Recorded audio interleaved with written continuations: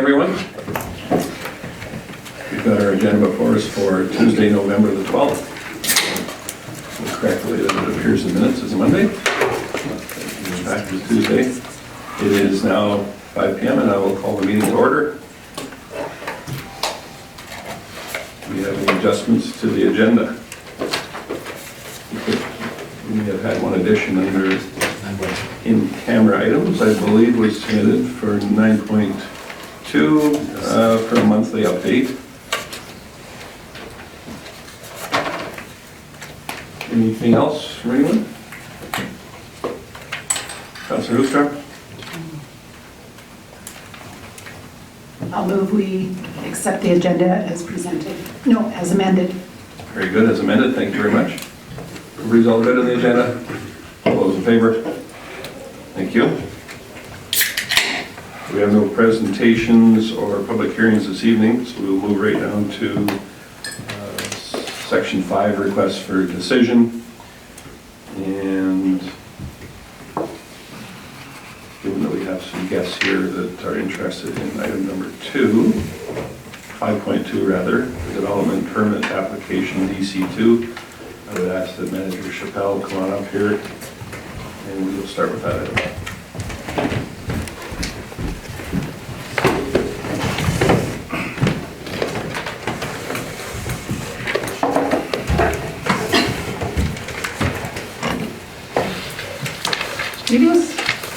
We've received an application for construction of a government use building to be located on a direct control DC2 lot at 4565 46th Street within the newly established Iron Wolf Crossing development. Lacombe City Council is the approving authority for all new buildings to be located within that district.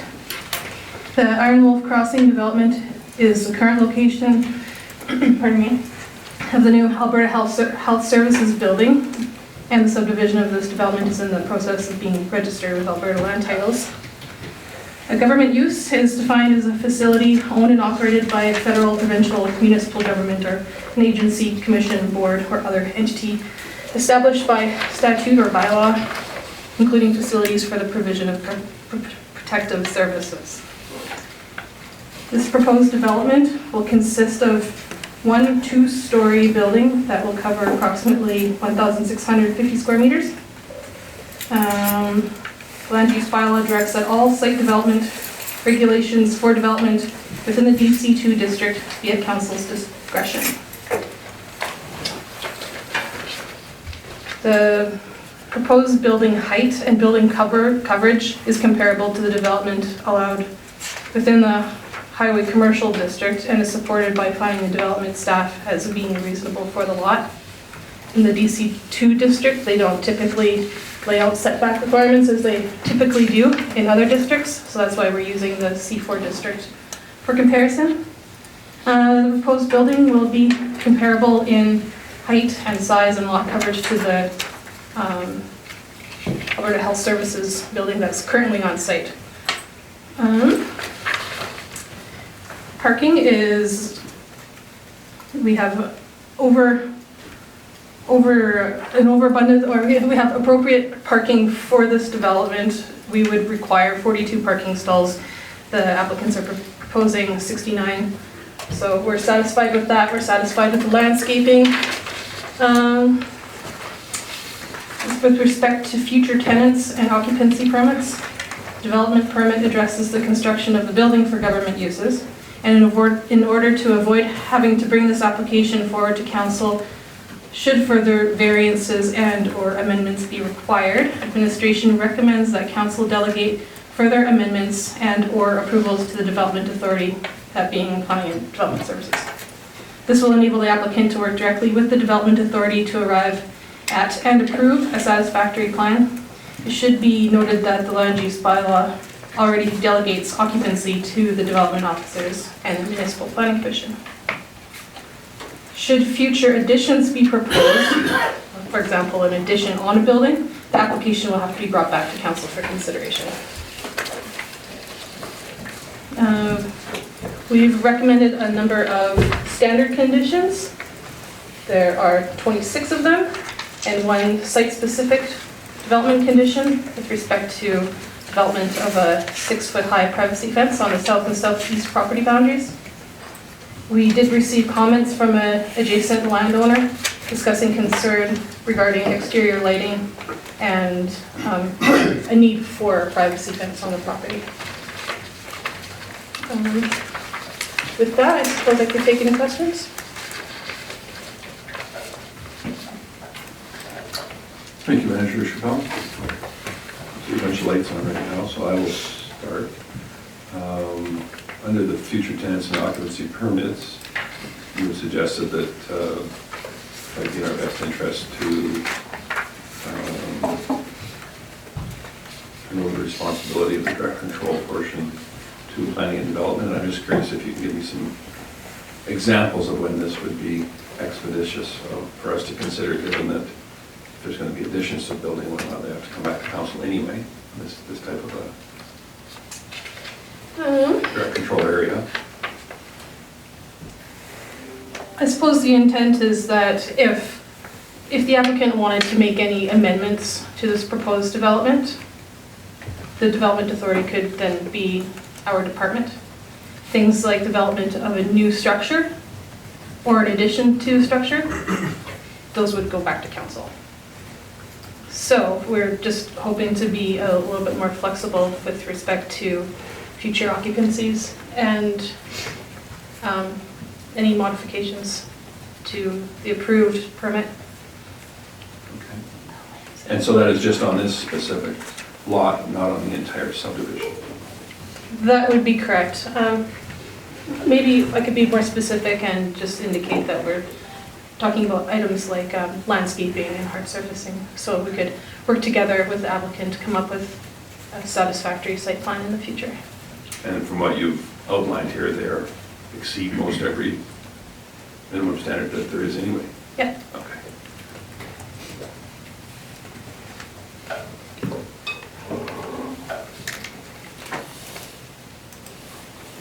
Anyone else have any questions or concerns?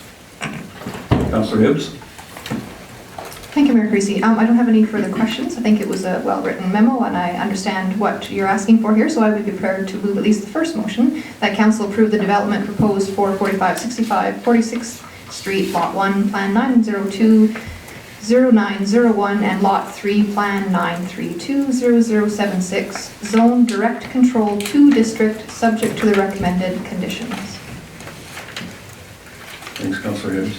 I guess one other item with respect to the concerns of the resident was around the lighting. And I think that you addressed the fencing issue that he had, but the lighting one, is that something that we can work on to minimize the impact for area residents? I believe that the applicants will be able to provide us with a lighting plan for the new building, and we can sit and review those items when brought forward to us. But which is fine. I guess it just struck me as interesting that someone who was obviously for the development still brought up a couple points here, and I just thought it was a very reasonable way to go. So hopefully that those issues can be addressed as we work through the building phase on this property, which does back onto quite a number of existing residences.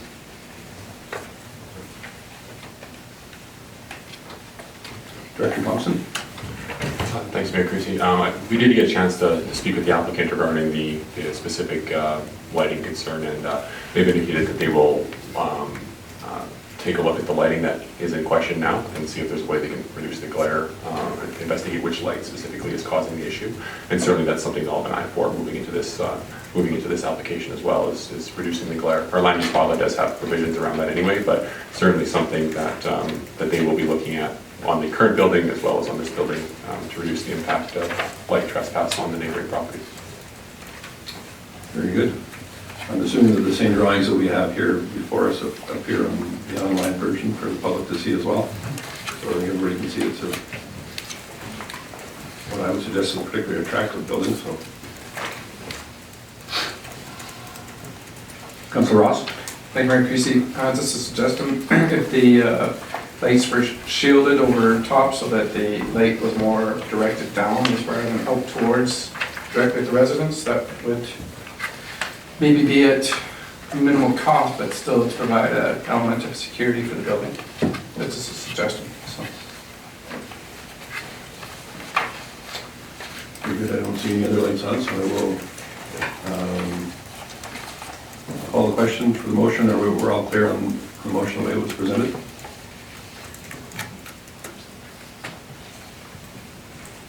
Absolutely. Very good.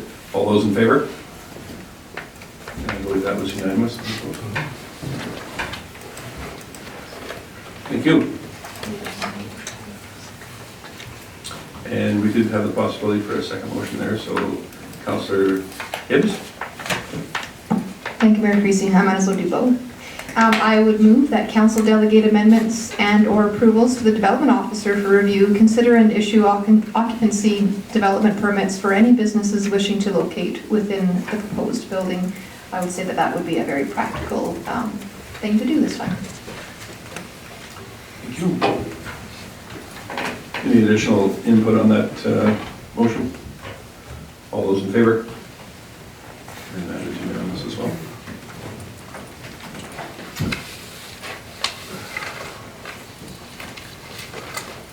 That does conclude our business with item number 5.2.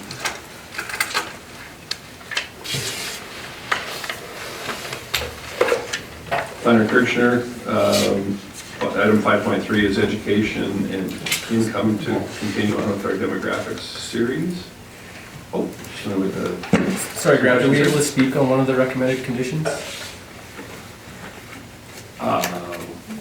You can, they've already been voted on, but if there are some concerns that you would like to bring forward, I would certainly be willing to hear them now. Come on up to the front, use the microphone now. And just have you introduce yourself as well for those watching online as well. Jason, please. That's Jason Bell with Tricon Developments. We wanted to speak on the fencing requirement as a condition for this permit. I could generally understand the requirement when you're mixing from commercial, industrial to residential areas. I do believe that the ownership group, which is also present at this meeting, has fronted extra cost to alleviate, your typical commercial, industrial backyard gravel, no landscaping, stuff like that. So if you look at the rendering and the site plan and stuff like that, you can see they spared no cost to spruce up even that fourth elevation on the backside.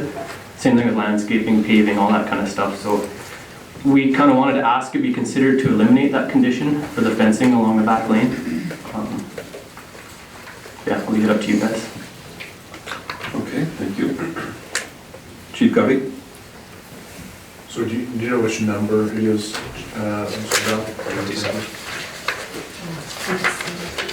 Should be the very It's last one. the final condition, Yeah. site specific, number 27.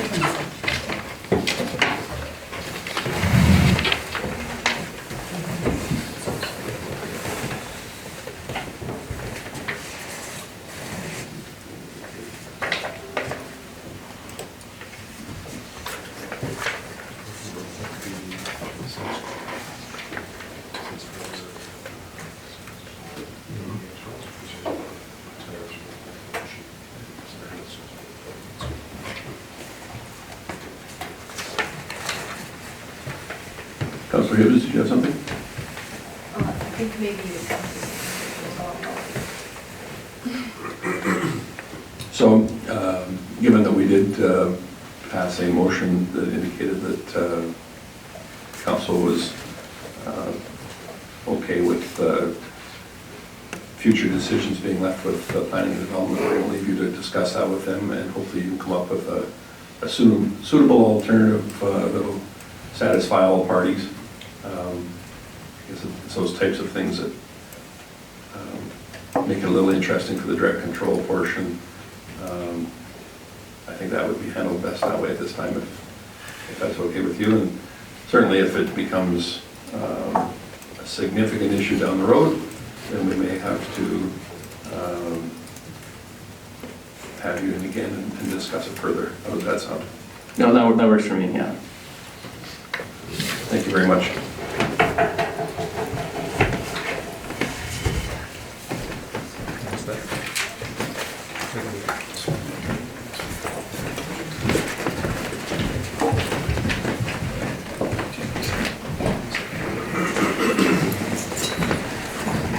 Senator Kirchner, the demographic series continuation on this time on education and income, 5.3, if you'd care to enlighten us on that, Yes. on that information.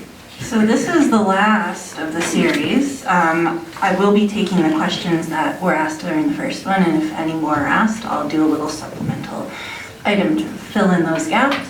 That can just be brought forward as information at a future date.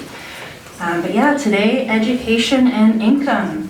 So touched on some of the other aspects before, demographics and population diversity. So Lacombe, like every community, wants to be a place where you can live, work, and play, as we have in so many of our different planning and community documents, and making sure that we are, a healthy and vibrant community that everyone can live in and have the opportunity to grow in. So for us, one of the big things is really understanding who's in our community, as we've already discussed, our populations of seniors, residents, and working-aged individuals, and how these people impact the type of community you have. So education plays a really important role in the socio and economic health of a community, and studies have indicated that there is a link between the higher educational level with a higher quality of life.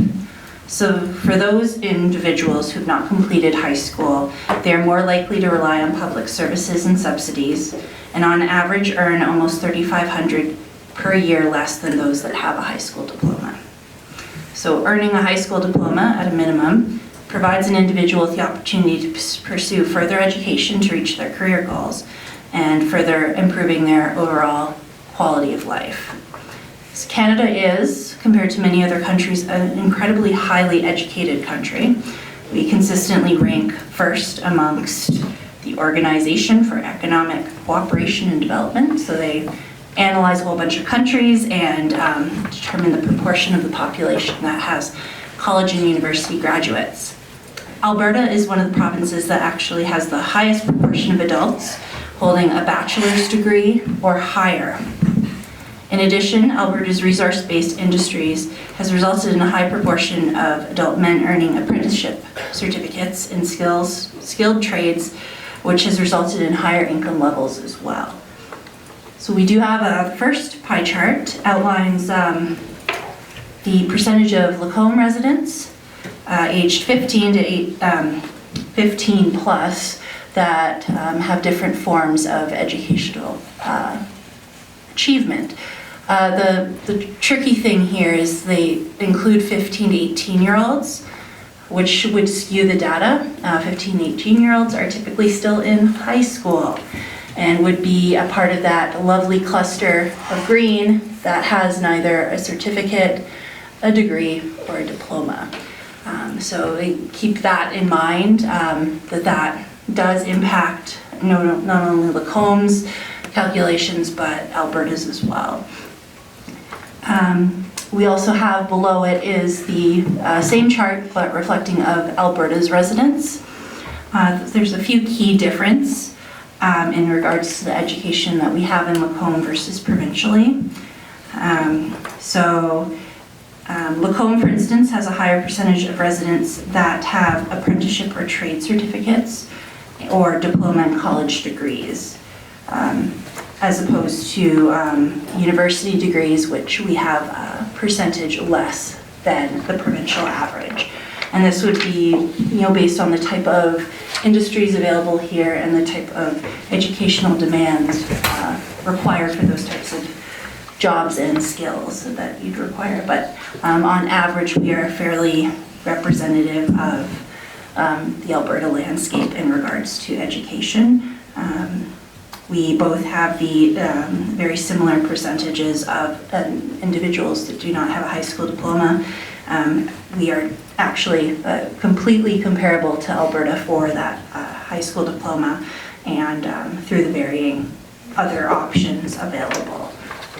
So nothing really out of the normal for us. So more interesting would probably be moving into a discussion of our income level of residents. Canada, of course, is a very wealthy nation, and we have a very high standard of living for our citizens. But despite this, there are individuals who live in poverty within Canada. So there has been government investments over the years to, grow the middle class, to reduce poverty, and provide some assistance to those groups. And they have indicated that poverty rates have been decreasing more quickly than anticipated, and that we have reached our lowest poverty rate in history. So approximately 9.5% of Canadians live in poverty, and that is a record low for our country. Alberta is the wealthiest province in Canada, with a median after-tax income reaching approximately $70,000. So the chart below talks about the median after-tax income of Lacombe, Alberta, and Canada based on different economic households. So the term income, in this case, includes not just job wages, but also investment income, pensions, and government sources. And the median income indicates that half the people in this each category have made more than this amount, and half of them make less than the amount. So that's, I think, an important thing to keep in mind. Lacombe is represented by the green bars, Alberta the blue, and Canada the orangey red. So as you can see, we are much more comfortable situation than the rest of Canada, and we are fairly comparable to the Alberta rates. We are lagging behind in the one-person household category and the single-parent economic family and families without children or relatives. So these are some of the categories that we're falling behind the provincial average by a somewhat noticeable amount of money. $5,000 is quite a bit when you're looking at an income that's less than $55,000 a year. But our strength is in our two-person households and economic families where you have two income earner households. Excuse me, so just for clarification on that median after-tax income of households, where you compare Lacombe, Alberta, and Canada, you've got 2+ person households and then couple economic families with children. And the difference there is what? The two-person plus households may have dependents that are not children. So they wouldn't fit that traditional family dynamic. They might have maybe an adult child that they're taking care of, or an adult relative that is a dependent for them. Thank you. So probably out of all the data presented, it's really important to highlight the one-person households and the single-parent economic families. They have significantly lower median after-tax incomes than any of the other groups represented, and would represent some of our most vulnerable residents, including seniors, children, and single parents, and those who are living with disabilities.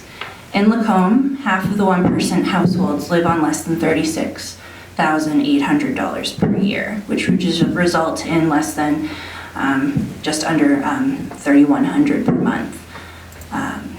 So you think about everything you have to pay out of your pocket to live on that amount, and half of single-parent families live on less than $54,000 per year. So that's around $4,500 per month, and that would be parent with however many children that they're working with. On the plus side, only 7% of our population is considered to be low income by provincial standards, and this is lower than the national poverty rate. So that is always a good thing to note. But of the people who are in the poverty range, 8.2% of our children and 9.1% of seniors live below the poverty rate in Lacombe. These individuals are considered low income and often experience food insecurity, are often precariously housed, so either unaffordable, crowded, or below standard housing, and are at increased risk of having physical and mental health issues. So definitely the most vulnerable population is still at risk, and a lower income can impact more than just their basic needs. So it would be important as future information to determine if all of Lacombe residents are able to meet their basic needs within the community. This has already begun to be looked at through the housing needs assessment that was done in 2014 and is recently being updated. And this will help determine what housing need gaps are there and would be reflective of the income rates for the community.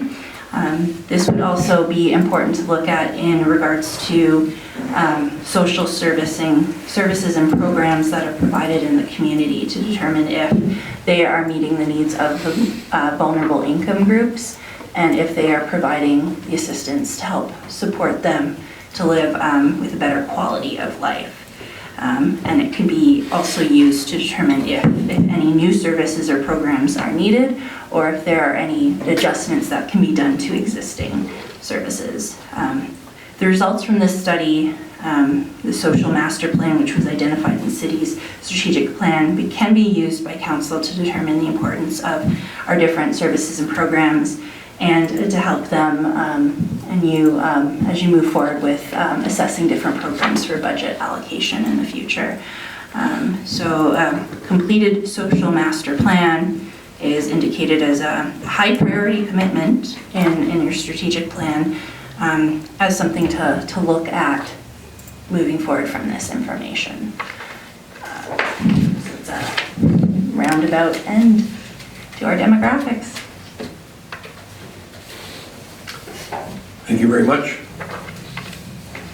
Do you have any follow-up questions or concerns with, that's been how many out of the series now? You've presented 3 different times on demographics. Appreciate all the work that went into that.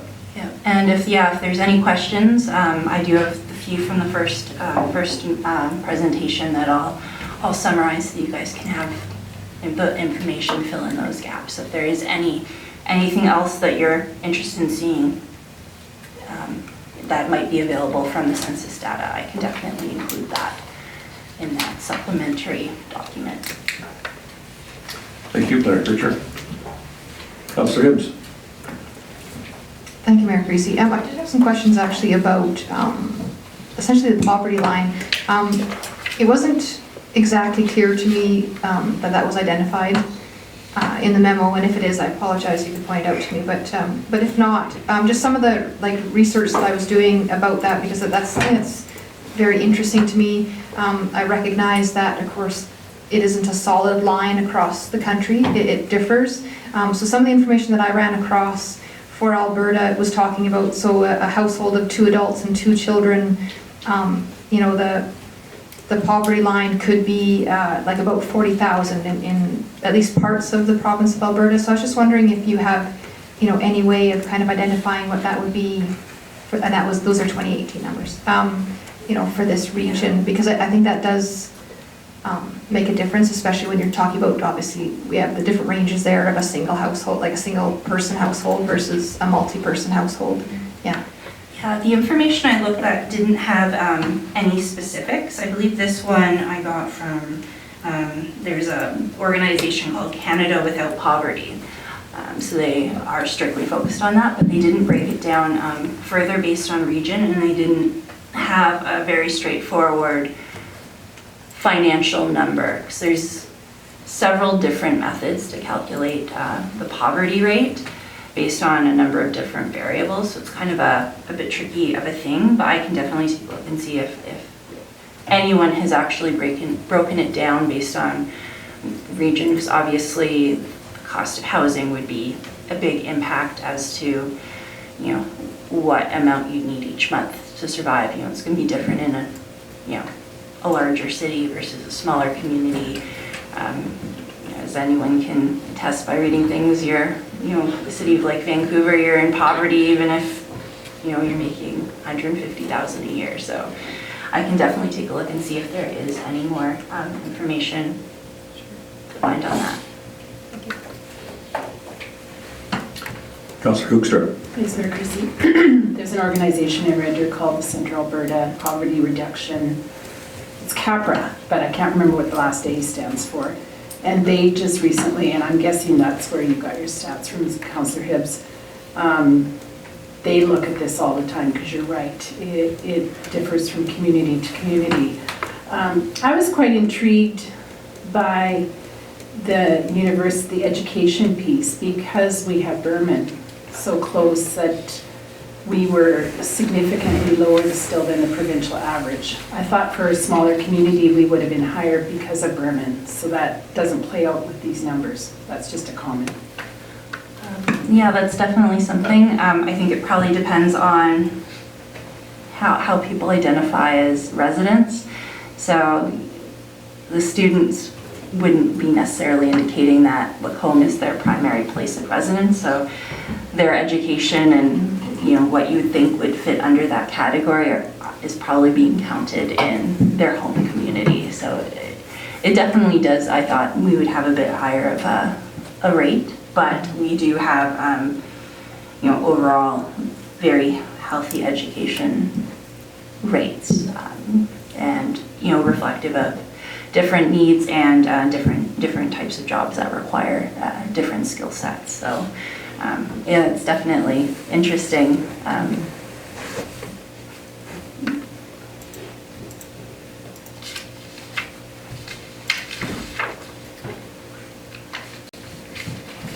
Councillor Hoekstra. Thanks, Mayor Creasy. I move that council accept this report as information.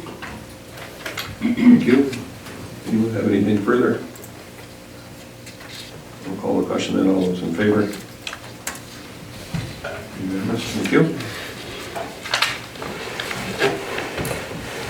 Director Juke, item 5.4 is the facility use waiver roster. If you could get through that item, please. Thank you, Mayor Chrissy.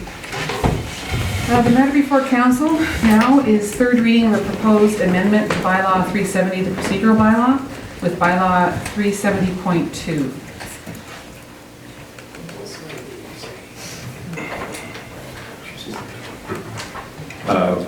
Perhaps we'll just take care, if you don't mind, we'll just take care of the facility use waiver roster first, Thank you. which is item 5.4. My apologies. Not a problem.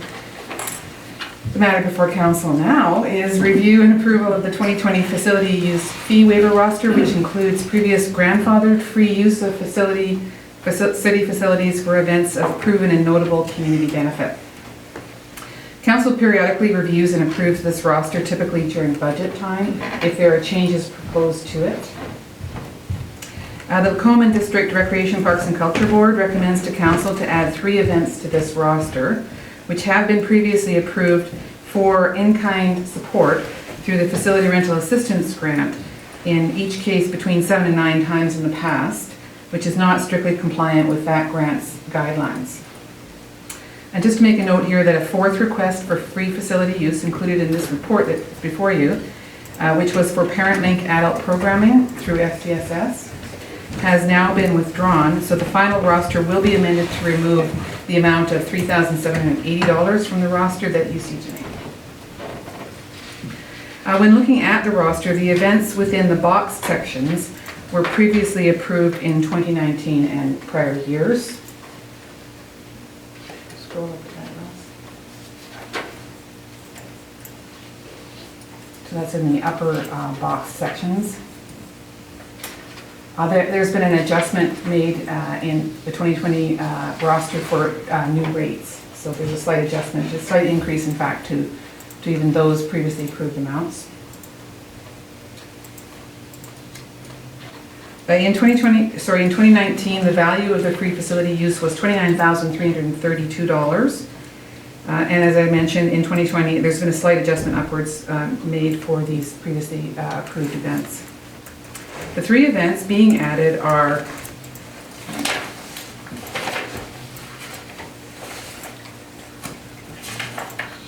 as follows: Big Brothers Big Sisters Great Big Christmas Dinner And the report that's accompanied with this roster gives a profile of that group and its continuous staging of this event. Backyard Friends Community Suppers, which is an FCSS program.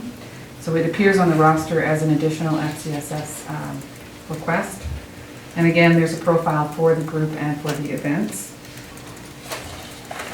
And the Special Olympics Annual Athlete Awards and Volunteer Appreciation Banquet. And again, this is a group that has been repeatedly approved for a facility rental assistance grant through the rec board.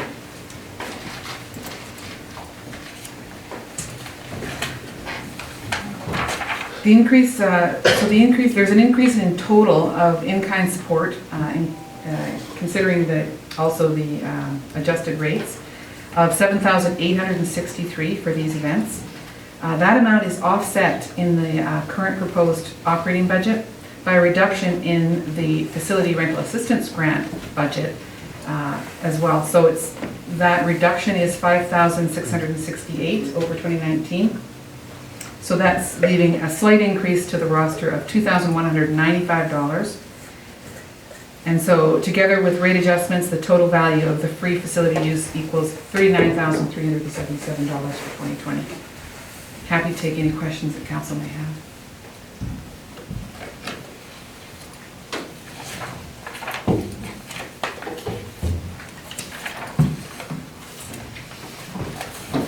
Councillor Ross. Thank you, Mayor Creasy. I'll make the motion that council approves the 2020 facility use fee waiver roster as presented. Thank you. Anyone have any questions or comments on any of these items before us? Seeing none, I will ask the question. All those in favor? Opposed? No. Unanimous. Thank you. And Director Juke, not to mess up your schedule there, but if you'd care to go back to item 5.1 for the third reading of the procedural bylaw amendment for 37.2, please. Thank you, Mayor Creasy. This matter is third reading of a proposed amendment to Bylaw 370, the procedural bylaw, with Bylaw 370.2. Council first considered Bylaw 370.2, the procedural bylaw amendment, on October 28, 2019, and at that time gave it first and second reading. By way of a brief review, Bylaw 370.2 corrects a few minor errors and omissions in the procedural bylaw and provides for a new agenda format for council meetings, which council has now seen utilized, fully branded for tonight's meeting. And actually a copy of this particular format was made a replication for the committee meetings that we had on November 4th. A final change to the procedural bylaw is removal of the requirement to reschedule meetings from statutory Mondays to the next following Tuesday only. Council is now able to approve the rescheduling during its review of the meeting schedule during the organizational meeting each year. Happy to address any questions that council may have. Thank you, Director Juke.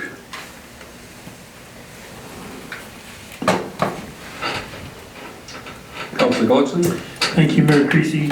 I'd like to move that council gives third reading and adopts bylaw 370.2, the procedural bylaw amendments as presented. Thank you.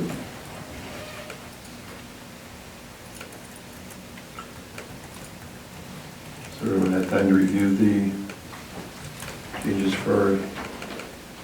If we have any questions or concerns, Councillor Hibbs. Thank you. Just a really easy one. The template for the agenda itself is not actually part of the bylaw, is that correct? That's just a suggestion, so that can get changed or updated at any time as long as it fits the format that's outlined in the bylaw, is that correct? Thank you, Councillor Hibbs. Primarily correct. The categories are itemized in the procedural bylaw. Yes. And are amended, but otherwise the format is certainly subject to change.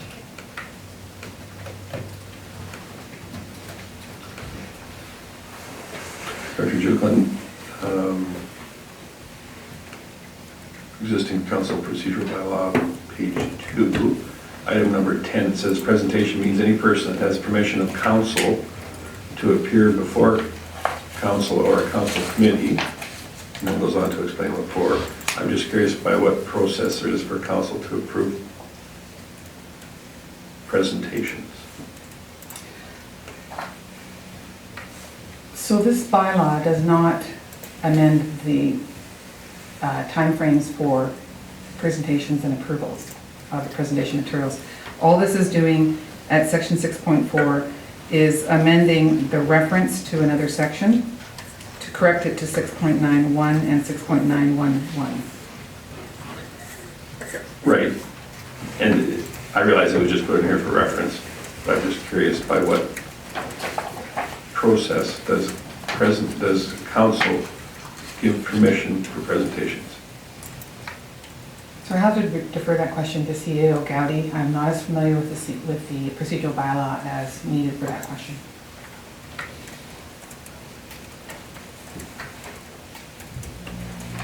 If you give me a moment, I think there is a,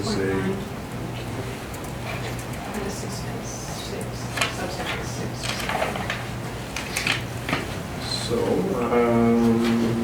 yes, if you go to section, just taking Councillor Hibbs' word here, 6.9. Subsection 6. Yes, it's the exact one I was looking for. Approval of a presentation is subject to the mayor or designee's discretion. So typically we would receive, either the mayor will receive a request to appear, or administration will discuss it with the mayor, and it will either be approved or, in theory, denied.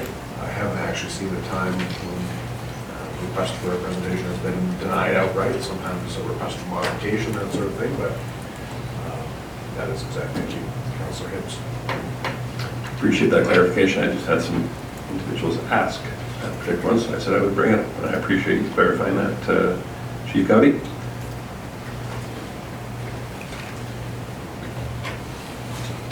you have any additional comments or concerns? At this time, our legislative coordinator remind us of the motion before us.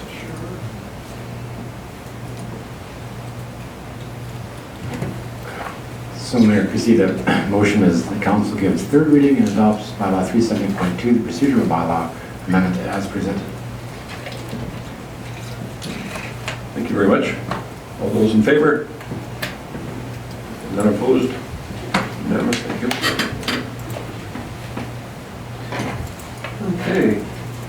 Chief Gowdy, that takes us down to item number 5.5, the operating budget for 2020.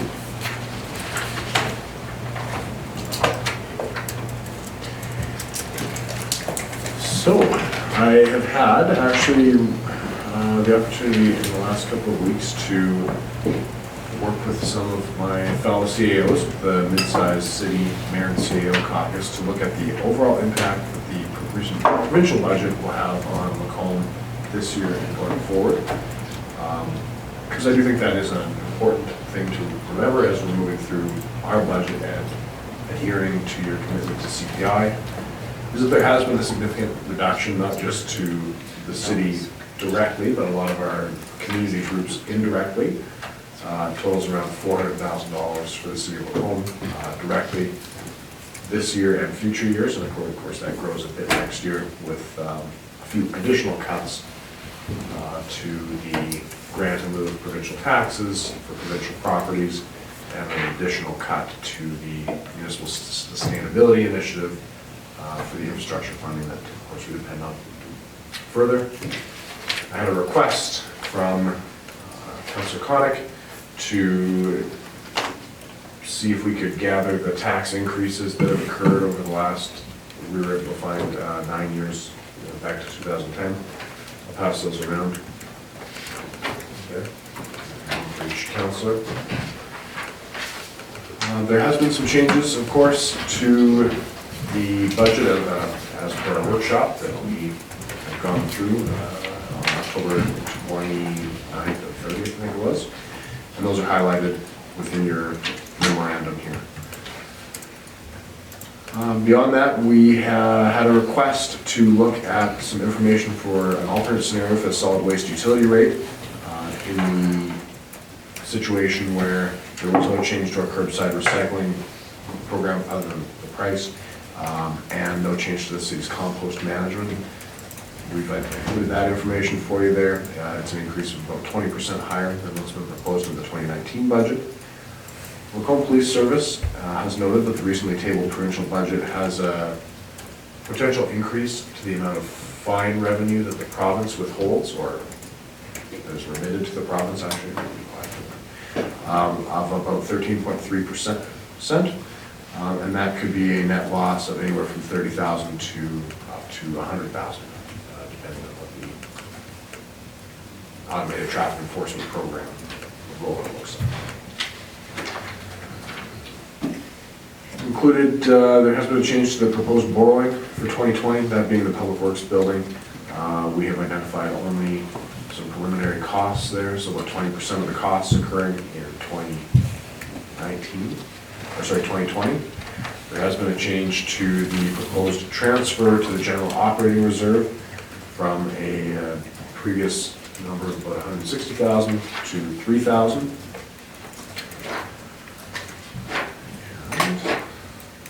Beyond that, the changes that were directed by council in terms of grants to organizations have been highlighted. Any changed numbers are in red on page 10 of the memo.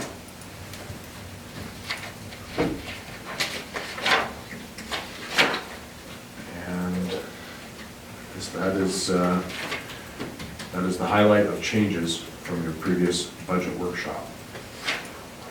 Be happy to entertain questions and direction from there. Thanks, Chief Doughty. Councillor Clark, go ahead. Thank you, Mayor Creasy.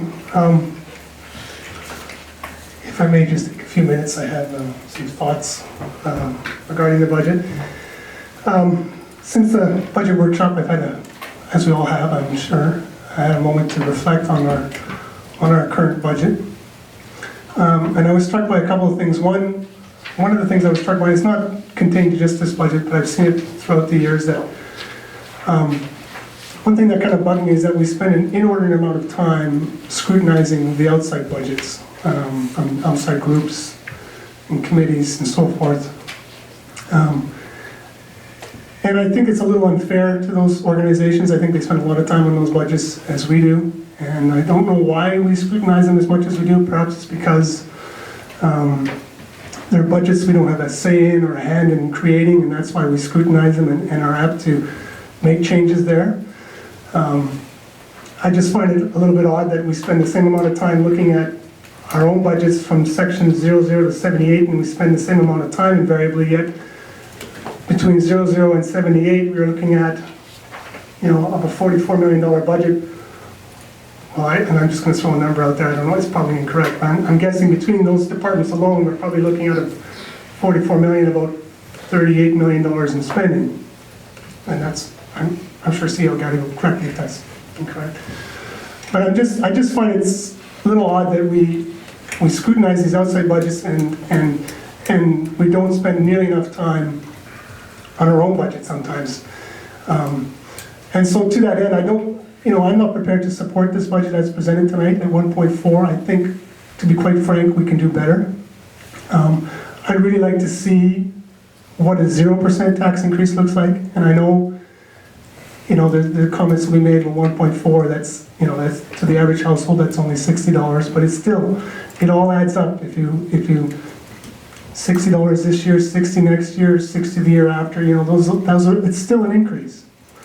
And this year we increased our franchise fees, so our utility bills are going up.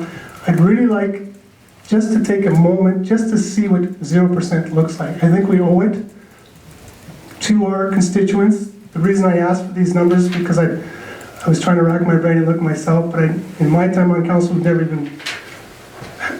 had a 0% tax increase. We're well within the means to do it this year. How do you get there, you ask? Well, perhaps we can. This is just my suggestion, perhaps administration can come up with something else, but maybe we cut back COLA to 0.9, so staff still get a COLA, but it's 0.9, and then maybe we put a little bit less into reserves, or maybe there's another way to do it, but we can do it. We can do it. Times are still tough out there. I mean, on the way here, I heard an interesting report on the radio Sunday before. They had a story about how personal insolvency rates and bankruptcies have been the highest they have been in 2 decades. I just think it'd be marvelous to be able to say to, our constituents, for example, seniors and those on fixed income, that, next year you're not gonna pay more on property taxes. Or to say to those in the energy sector or those struggling to find work that next year you don't have to pay more on property taxes. To say to teachers and nurses and public sector workers who will assuredly in the spring budget look at rollbacks or budget or wage freezes, to say to them, you don't have to pay more for property taxes next year. I know it's not a lot of money, I get that, and I'm not saying we need to do that every year, but for one time, I'd like to be able to say to our citizens, you know what? Your property taxes aren't going up next year. And so to that end, my motion that I'm going to make right now is that I would like to direct administration to bring to the next council meeting 3 different scenarios. I'd like to see what a 0% budget tax increase looks like. I'd like to see what a 0.9 looks like. I say 0.9 because I'd love to get under 1%. It'll be the first time in 9 years that we've done that. Or to look at the 1.4. And then we decide. We don't have to pass the budget tonight. We can do it at the next meeting, we can do it in December. There's no rush.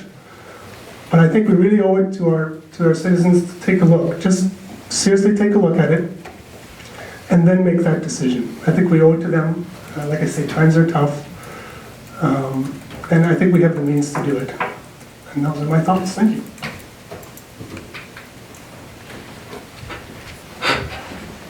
Thank you, Councillor Clark. So, with that idea in mind, I'd like an indication from Chief Gotti. Is that a ridiculous amount of work? You've got a third of it done basically. The 1.4 has already been looked at for the other 2 scenarios. Is there something you can put together that we can make sense of without consuming the next 2 weeks of administration's lives, or how much of a... Well, until that last one, I was ready to say yes, we could. Yeah, we can. That's no problem. Janice and I will work. Of course, we are shorthanded. I know you're aware of that, particularly in this department, which is fortunate. But what we would probably end up doing is presenting scenarios on the 26th or whatever it is. That would be just a high-level, almost narrative. We'd make the following changes: a cut here, this would be reduced, whatever, and then bring back the actual budget with all those changes reflected once you've chosen the scenario to the first meeting in December. And that would give us sort of the, without consuming the full 2 weeks of our night, the next 2 weeks, I think we can do that. Given that you are shorthanded, that's specifically why I brought that up, so thanks for the clarification. Councillor Ross. Thank you, Mayor Creasy. So doing the math on 11 years, the average tax increase is 2.66%. The 3 years that this council's been in place, we've had 1.3, 2.8, 1.4. Our average is 1.3%. 1.83, my apologies. The 3 years, like I said, of 1.3, 2.8, 1.4, the average tax increase of this council has been 1.83%. In my opinion, I don't think we have all the dust settling from the provincial government. I completely respect every household. I've had to deal with the consequences of the economy personally myself, and it's extremely stressful. But I also think there was part in our budget process that we had one more evening to discuss this that I think would have been essential. And I think at 1.4%, we're still, with what the provincial cutbacks are, the difference from 0 to 1.4 is still not going to come near what the provincial cutbacks are. I think we've put a lot of time and effort, administration put time and effort into it.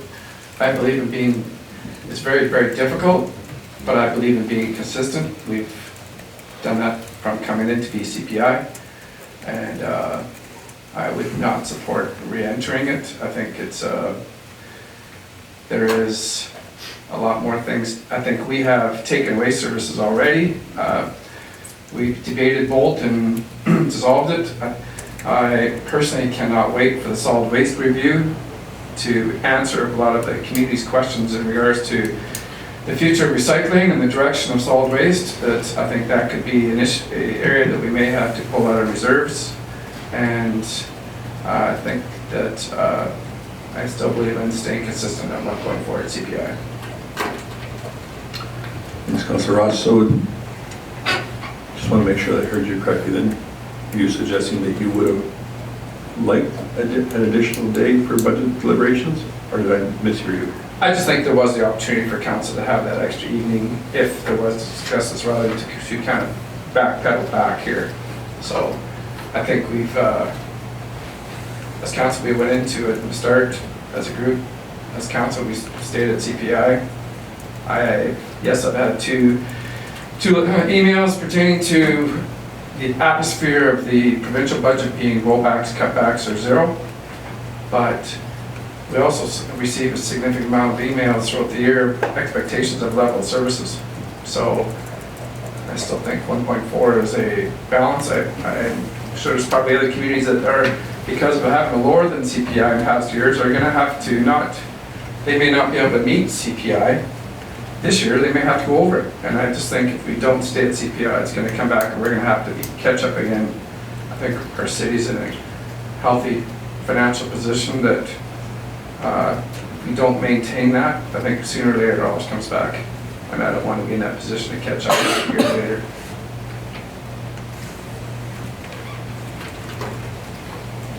That went a little bit beyond my clarification, but I appreciate the information just the same. Just so everyone is clear, if budget deliberations are always an interesting time for every council, and we certainly have it within our power and authority to dedicate more time if we feel it's necessary. So I just, obviously I misunderstood the way that you had said that we already put that time, which is fine. No, that's all. It's all good. Councillor Gullekson. Thank you, Mayor Creasy. A couple of things. I agree with Councillor Connick. I'd like to see what a 0% looks like. Whether we agree to it or not, it would be nice to see what those numbers are and where we can possibly make those changes. One of the things I noticed in the presentation tonight, or our information tonight, it shows that council is not taking the 1.4 on page 2, and then we are later on page 9. Somebody brought that up to me anyway. I definitely don't want council to take anything. I feel that we have to show leadership there, but that's beside the point. I agree with Councillor Connick 100% and would love to see what 0% would look like.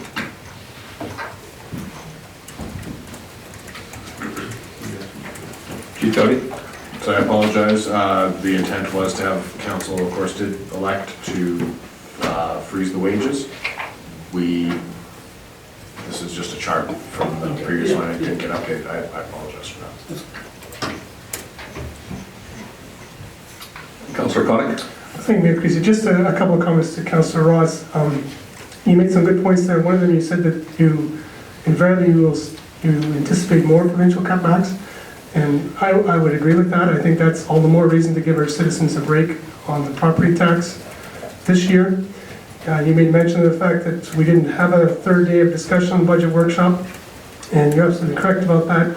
But until budget's passed, we can keep talking about budget until it's passed. So, and that's why we're doing here this evening. The other point I wanted to make is I wanted to mention, I didn't mention it before, I did want to give kudos to our CAO and our admin staff for setting our plateau at 1.4. I think it's a terrific target, and we managed to hit that target. The only issue I have is we're kind of caught in a trap there. We don't want to spend more than 1.4, but now all of a sudden we're saying we can't do less than 1.4. So I take a little bit of issue with that. I mean, it's admirable that we've hit their ceiling and we're not going over, but that's not to say we can't go under either. So that's just another point I wanted to make. Councillor Hibbs? Thank you, Mayor Creasy. I just wanted to make one comment on something that Councillor Connick mentioned earlier. I think it sort of begs clarification. even if we were to go with the 0% increase, that doesn't necessarily mean that people's property taxes themselves won't change, because that, of course, is dependent on assessment. So I just want to make sure that that is very clear, that we might not compound that, for example, by, not asking for an increase, but it is wholly, your property tax bill is wholly dependent on your assessment, which is completely separate from what we decide at this table. That's all. Councillor Ross. Thank you, Mayor Creasy. I'm sorry, I think this was brought up earlier. Is it definite that the police, provincial government is increasing their percentage of their take upon tickets? Is that increasing, or is that still in discussion? Because that also affects the budget as well. That was a given. I believe it was increased to the neighborhood of 40% from its current 30, low 30s. So the effect on that is mathematically? So I also took it to be a foregone conclusion, but I reached out to the chief and he said, actually, the regulations have not been passed, and until they are, there's no guarantee that that's what it is. So I asked for a specific, what's the likely impact, and we really only could get to a range as to what the impact could be.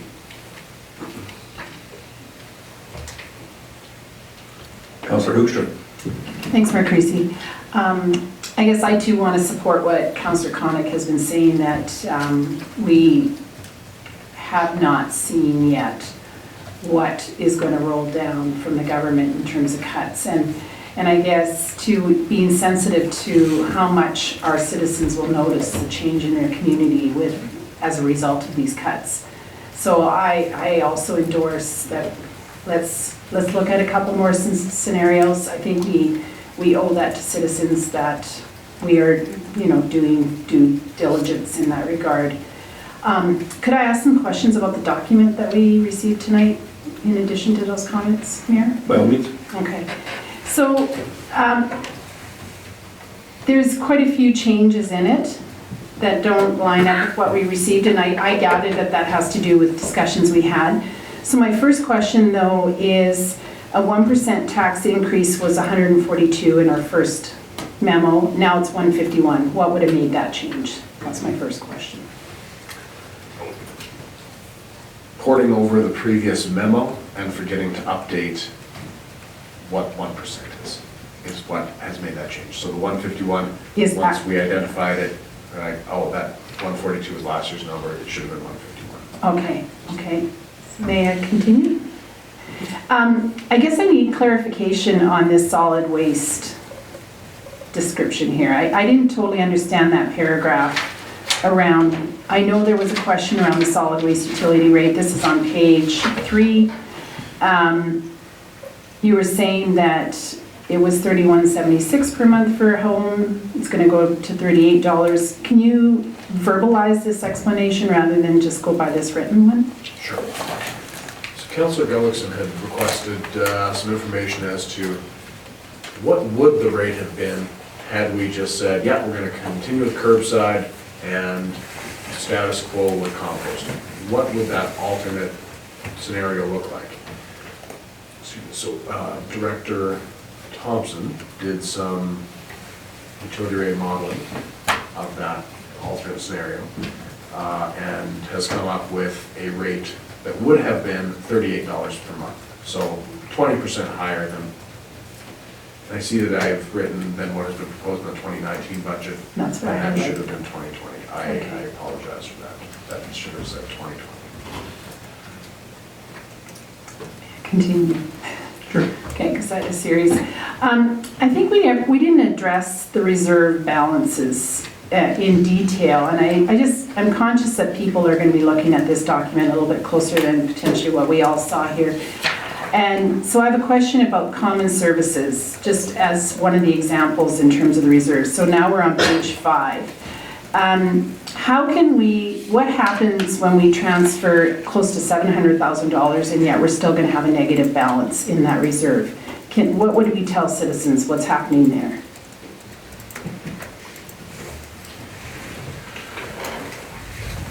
Either you are proposing a withdrawal from the common services replacement that exceeds the transfer and the balance that's in there of by approximately 94,000, or more likely, and Janice can, financial analyst Craven can help me hopefully, more likely you have inherited a negative balance in that reserve that is only being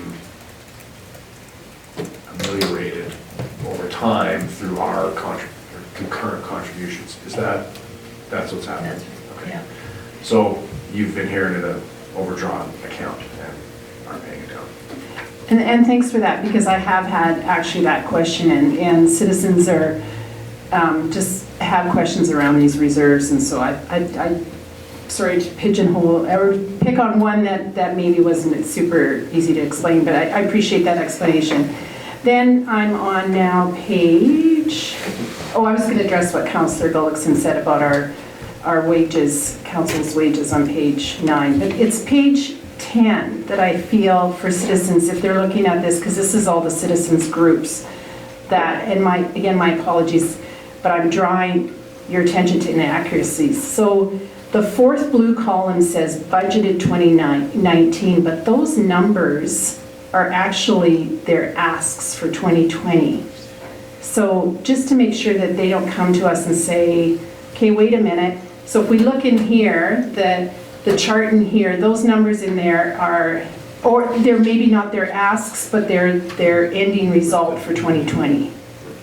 So like I'm looking at, what's the best one to, yeah, like Mary Seymour asked for $341,000 in the green column, but it's also listed as their budgeted amount for 2019. So just, this might, people will look at this. I know Echo for sure had a $12,000 budget in 2019, requested it dropped to 6, but I questioned why 6 was in the 2019 column. So this whole chart is, Lacombe, of course I'm looking at FCSS. It's got 120 in 2019. That's going to be their 2020 amount. I think there might be a very logical explanation for that, Councillor Utra. Chief Doughty? So the year didn't get updated. It should say budgeted 2020 in that budgeted 2019 column. Everything should be slid one, and then those numbers are the proposed budget for 2020. We will certainly update that column heading. So then in the blue columns there, budgeted 2016 should not even appear. That should slide over. That actually is the 2017 numbers and the 17 and 18 and so on. I don't think so. Yes, but I think we have the 2016 numbers actually. I think we will update the chart, but certainly what you're seeing there under budgeted 2019, those should be 2020 proposed budget. Just because we know people who are going to be looking at that for sure. And I think that's the extent. But thank you for bringing that up, because I'll be honest with you, I was looking at the numbers and they seem logical enough when you have it in your mind that it's 2020, which is what it should be, but definitely it's not labeled correctly, so we'll see that that is updated for a future presentation. Councillor Ross? Thank you, Mayor Creasy. I would respect that it's our role to act as due diligence, to have the most information, make the best decision. But I also, if we're going to that direction, that I think we should also put ourselves in the worst case scenario when we're creating the options and scenarios, because, correct me if I'm wrong, is there still a provincial municipal funding issue pertaining to a historical society that's $70,000? And then I'd also like, when we do the police service, the worst case scenario, that if that percentage goes up, because that's still an unknown, as I said earlier, there's lots of still provincial funding cutbacks that could still come down even after our budget is passed. So I still feel that we should make our information based on worst case scenario, because we could be faced with using reserves, not knowing what all the total cuts may be later.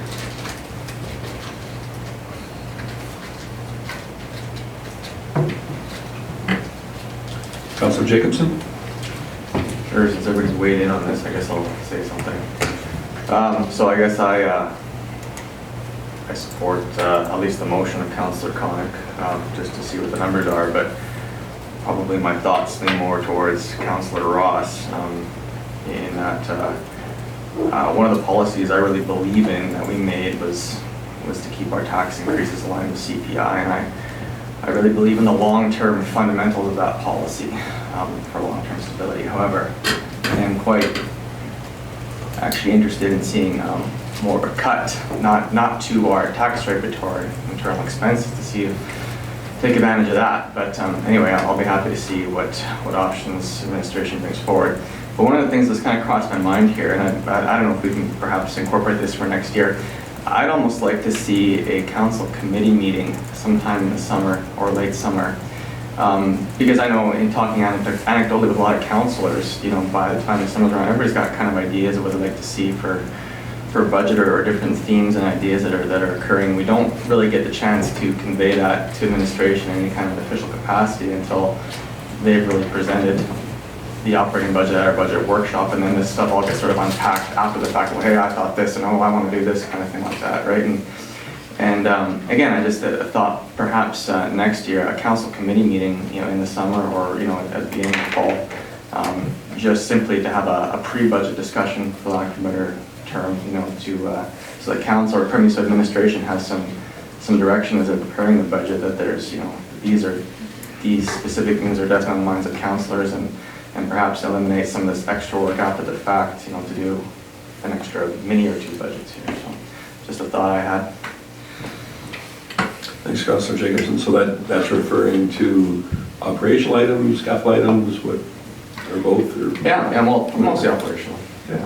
Mostly operational. No, that's a logical enough thing to do. I know that I do bring forward suggestions and whatnot all year long that all of you bring to me to administration, but to have that in a formal setting sometime, your suggestions sometime during the summer or whatever, I'm certainly not opposed to that, and would be interested in having ideas put forth, anything that we can do to streamline the workload for our administration and keep those items of interest or priorities, however we want to term them, up front. I would expect would be received well, or at least the process would. Maybe not all the individual items, but that's okay, we can work through that. Is that something that we can squeeze into the schedule, Chief Covey? Of course it is. That's it's practice that happens out of the municipalities, a pre-budget workshop type committee meeting. Of course we can. I didn't hear a lot of opposition to the idea, so perhaps we'll look at some dates as we move into the new year when that could possibly be fit in. So I'm not seeing a lot of other lights on here, so perhaps for clarity, we could have the existing motion. So Mayor Christie, the motion made by Councillor Conick was the council direct administration to bring to the November 25th council meeting 3 options: a 0% tax increase, 0.9% tax increase, and a 1.4% tax increase for consideration.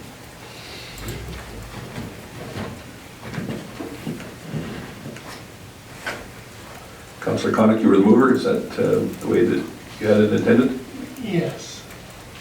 Or yeah, 3 scenarios, if you will. Scenarios. Yeah. Scenarios. Very good. Or 3 months. Everybody's okay with that motion, then I'll call the question. All those in favor? Any opposed? Unanimously carried. Thank you. Very good, so let's move into 5.6, capital budget for 2020. Please, Chief Cowdy.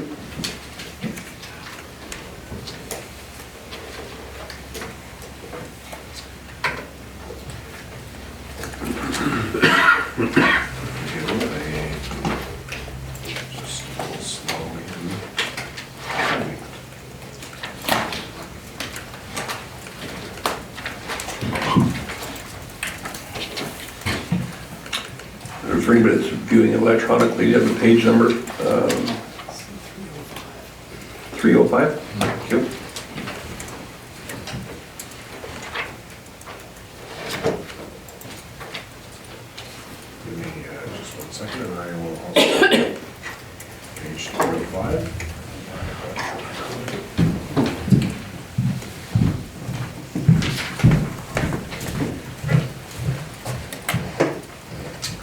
So updates from the capital budget workshop, which happened at the same time, at the end of October, included a lowering of the overall expenditures to $8.8 million and a change of the combination of funding sources.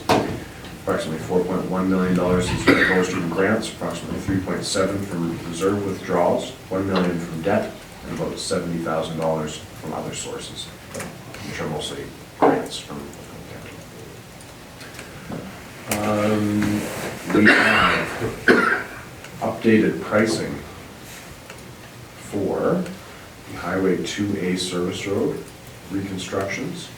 We've consolidated the pricing for Brownstone Road, the design and construction to occur next year in 2020. We've removed the Fairway Drives, curbs, gutters, and sidewalks project, as well as deferring the Lake Anne gravity feed storm main. A slight increase in pricing for the rail crossing safety improvements on the Leduc line. That being some estimates that we recently received. The Public Works building expenditure has been rolled back from $5 million to an estimated $1 million. We've removed the online permitting system, removed the cost for Public Works land of $1.2 million, included the airport runway seal coat at approximately $53,000.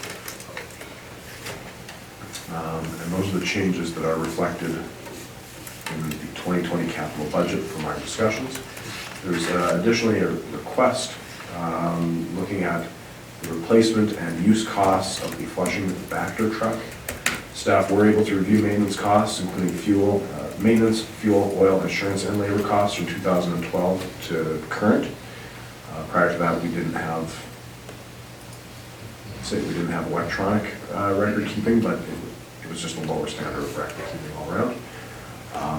And so we were able to easily find that data. Total usage from that time was 5,255 hours. And the operating cost for all of the items I discussed earlier was approximately $1.15 million. The equivalent number of hours on a similar machine from the private industry would be about 1.3 million. Especially when you're this close, I mean, it is actually particularly good that it came out as cost savings for us, but in fact, even if it came out the other way, I would probably be still recommending moving ahead with the purchase and replacement of the Vector truck. You're just able to provide a much higher level of service to residents when you can have that out there at a much faster speed. And sometimes this is responding to active sewer backups, and so I think there's times when every hour counts for this equipment. So I was happy to see it come out actually in favor of ownership. But like I say, there's actually other benefits that should be considered as well. Other than that, we're open to direction or questions on the capital budget. Great, thank you. So, just while we were on that last item with the back truck, so I appreciate the information. It's nice to see that they did come out in a favorable position. I happen to agree with you that I think that it does have other benefits besides specifically those dollars and cents items. But the thing that I was trying to get at was, why are we, I guess the information I was after is why are we replacing it this year specifically when you didn't demonstrate that the maintenance costs and whatnot were increasing at such a rate? I mean, we only receive, correct me if I'm wrong, $45,000 or $50,000 for a trade-in value. Why wouldn't we use it until the end of its life and replace it then, even if we did have to make use of rental outfits for a few months during the build? That was one scenario that I was concerned with. This is still valuable information. It's good to see that it did work out positively. But can you speak to that, Director Thompson? Certainly I can. Thanks for the opportunity. So in this particular unit, the reason why we're recommending replacement is because it is showing signs when we do oil tests of higher aluminum content in the actual oil. And so we do expect any time now, we'll say, a major engine failure that would necessitate the replacement versus the repair. And so that's why we have brought the capital budget forward this year for council's consideration. Certainly, I think it's council's direction to hold off for as long as we can until we do see that failure. Certainly we can do that. Yeah, at council's direction. But certainly we do expect the equipment needing to be replaced more imminently, and so that's why we've recommended it for council's consideration in the 2020 capital budget. Good, well, I appreciate that information. And given there's about 5,300 hours on it, would that be consistent for that type of equipment? Do you experience those types of issues at that point in its life? We can certainly say that about 2 years ago is when we were planning on replacing it, based on the life of that type of unit. And so we've carried it over an additional 2 years and added some additional hours to the engine. And so in terms of when these things tend to fail, it's hard to say, but we are doing the tests to try to narrow that down and only recommend a replacement when we do feel that it is required. And in this case, obviously is. So thank you, I appreciate that clarification. Chief Cowdy? Just a minor note, you'd mentioned 5,300 hours. That's actually the hours since 2012. But the total hours are just over 7,000 hours. Very good, thank you. Ms. O'Leigh, your Councillor Hoekstra, go ahead. Thanks, Mayor Creasy. So just a couple of questions. One, just on details. Does it matter about the date of this? That it says on here it's October 10th still. Does it matter? That should be tonight's date. Just me in details tonight. You can do with that whatever you want. I guess I was curious about the Highway 2A, the pricing difference and the design and construction. Why those numbers changed so drastically since our workshop. Yeah, that would just be like, why weren't we brought that information at that time?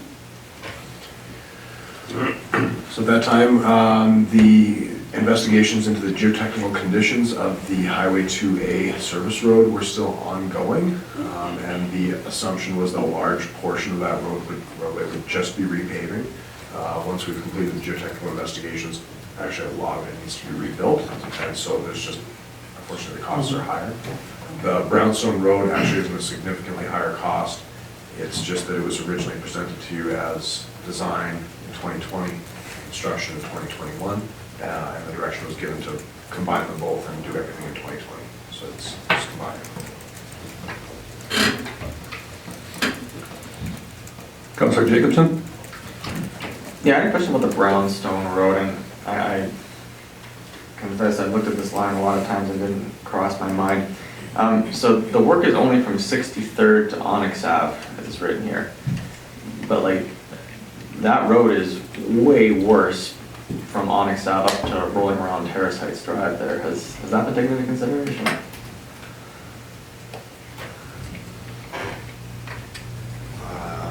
I haven't, but perhaps Director Thompson has a comment there. So certainly when we do the engineering, we'll look at the worst portion of the road, but the budget that's being proposed reflects a length of road between equivalent to 63rd Avenue and Onyx Avenue. But certainly I agree there's maybe some shifting of the actual work zone to account for the worst section of Brownstone Drive during design. Okay, because I guess, I don't know why, it didn't even cross my mind to think it would be, but I guess I just assumed the entire stretch was going to be done if we were going to be there working on it. And it's really, if you drive it, the stretch from Onyx to 63rd is actually the least bad of the entire road, and really the worst, where you talk about, low like vehicles, some low cars can't even drive in certain areas. That's really from kind of right around really where the airport storage facility is, and before that all the way up to Onyx, right? And I mean, it's actually so bad that I would, again, without having, I confess, a real intimate knowledge of the Highway 2A work, I would almost suggest that stretch should really be looked at to get done if they're doing the work. Anyway, yeah, I don't know if we have an actual lack of a term, inventory or an idea of what's going on with that road, but that stretch of road from 63rd to Onyx, I don't think is really sufficient to do the job there. And I guess, like I said, I wish I would have paid more attention to this and brought this up earlier, but I just wanted to bring it to attention now. I think if we just do that stretch, or some portion of it, as Director Thompson suggested, we may, again, run the risk of looking a little bit foolish that we've really just corrected the least bad portion of this road if we're going to prioritize this to get it done here. Thanks, Councillor Jacobson. I don't think that it was anybody's intent of council to not deal with the worst portion of it, so perhaps we could have our CAO have Director Thompson put forth a plan just so we can clearly identify the spots where this is at, because I think there was perhaps there's some poor communication here, but I don't believe that was council's intent, was to look at starting at one end, going the other. We wanted to tackle the worst part first, so if that wasn't clear, hopefully it is now, and we can look at it again at a later date. Chief Cody? Nope, that's absolutely message received, and we'll get some data as to which section that is for and make sure we're tackling the worst of it. And to be honest, I'd like to get it over and done with. Even just tackling half of it doesn't make a lot of sense. So we'll have a look at that, I'm sure. Okay. Yeah, okay. Well, I'll just leave it at that. Councillor Connick? Thank you, Mayor Christie. Yeah, I would have to concur with Councillor Jacobson. I think it's probably just a miswording there. I think it's truly Onyx going north, because it's, that first section is nothing compared to what it is. The roller coaster, further down. My question has to do with the Public Works building. Just want to clarify, so we've taken out the 4 million and put it into 2021, and we're leaving $1 million in 2020. What are we doing for $1 million? So there would probably be looking at design and some site servicing, preparing the site, that sort of thing before construction actually occurs, but without we don't have contract management style selected or anything yet. So to be honest, it was just kind of that's probably a good number to get started on the project. No, and I figured as much. I just, I guess my point being, if you commit $1 million to get the site ready, then that's what we're going to use. Like, there's not going to be, we're not going to spend that there and then change our minds and go with another idea, just as long as we're committed to that path. Okay, thank you. Director Thompson? Thank you, Mayor Creasy. Regarding Brownstone Road, if I could, I just took a quick second to reflect on the actual project plan. And so it's 350 meters from above replacement is what is being budgeted for. So that takes us from 63rd Avenue to approximately the hangars on that road. And so it is it's well over double the distance between 63rd and Onyx. And so I think it's just a labeling error in the actual, like, we probably indicated the wrong distance or the wrong intersections to finance. And so that's how it was reflected in council's report. Very good. So that in fact does take care of the portion that has experienced some significant heaping and whatnot, then all of it.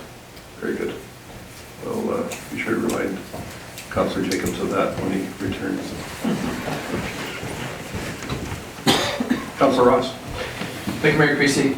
So I can foresee this question. So Highway 2A Service Road, Woodland to Dickens. Is it possibly in the works of 2021 to do Woodland South, where there's areas between Woodland and Lionel's that is obviously, okay, I'm just saying we're going to do the north half in 2020, and is it possibility of doing, I'm just foresee this question coming from citizens, that if you're doing the north part in 2020, is it, and forgive me, I should be looking this information in the binder myself before I answer the question, but I don't have the binder. Are we possibly doing Woodland South in 2021 or 2?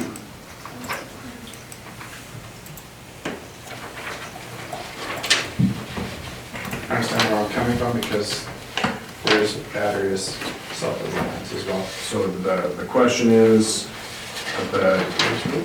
this is for the service road.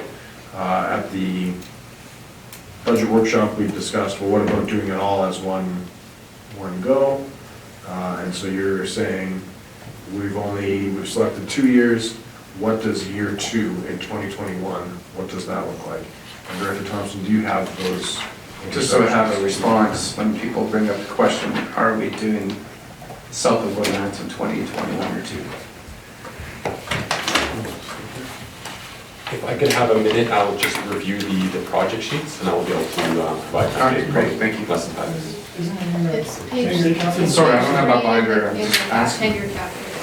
I just foresee the question coming.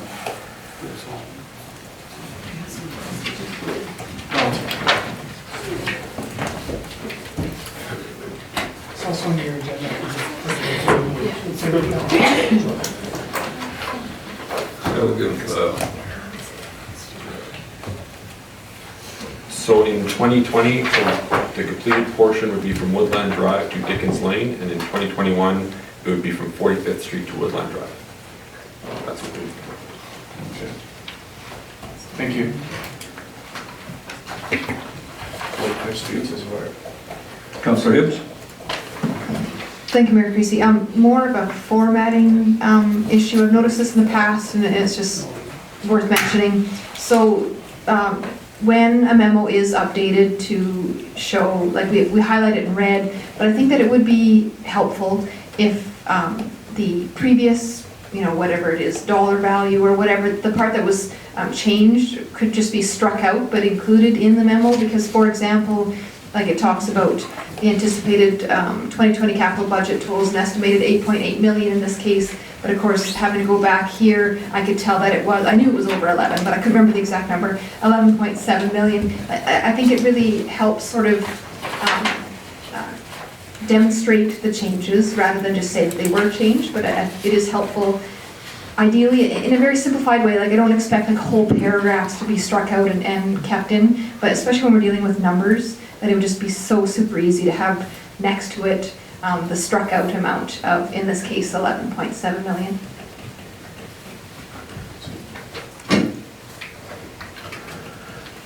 Chief Cuddy, bring up a much smaller dollar figure item, but an important one. The traffic light controller that's identified on Woodland Drive and Highway 28 for some $44,000. Does that include the pedestrian light or whatever, the pedestrian crossing that was basically extends from near the entrance of the cemetery south to Lionel's No Frills in that area? Is that a portion of this, were they lumped together, or was that item not included? That item is not included. The item that is included is the replacement of a traffic leak detector, I believe, for the lights. We have not completed an active transportation plan and thus have not identified actually any pedestrian crossing improvements at this time. Okay. Because that was one that I had brought up and I've had, I would say, a significant amount of input and whatnot from local residents there, that's one that we should consider. I find it's particularly dangerous because it doesn't occur at a specific intersection. It's kind of in the middle of a street, so I think it's a particularly hazardous location. So I would like first to look at that one. And I'll be honest with you, I have forgotten what the cost implications are of these different pedestrian crossing systems, so you'll have to enlighten me on that, but it's something that I would like for us to consider, if at all possible, to do something there. So regarding putting in something like the rapid flashing beacons, for instance, a flashing system like you see downtown and on Woodland Drive now, they're about $80,000 now per set for a hardwired set of lights. And is there any other viable alternatives that we could consider? terms of flashing infrastructure, that is one of the more economic and permanent alternatives. Overhead, we reconstructed the overhead lights at Terrace Ridge a number of years ago, I think 2013, 14. And I believe those were over $100,000 for that overhead light. Certainly rapid flashing beacons are one of the more economical ways to put a permanent flashing infrastructure in place.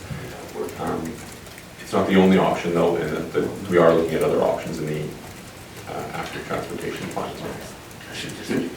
Thank you. Like I said, for those reasons, just because this one is in the middle of a roadway, not an intersection, I find it can be particularly troublesome location, so moving forward, I would like to see something done there if at all possible. If not this year, certainly next. Councillor Hoekstra? Thanks, Mayor Creasy. One more question regarding the Public Works building land. So if the explanation is that this is site preparation, why does this fall under building and not under land? Because we no longer have the 1.2 million under the Public Works land.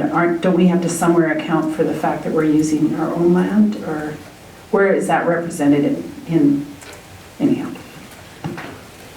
So that would already be a city-held debenture for the development of Glen Thompson Phase 2. I want to say it's around 880,000.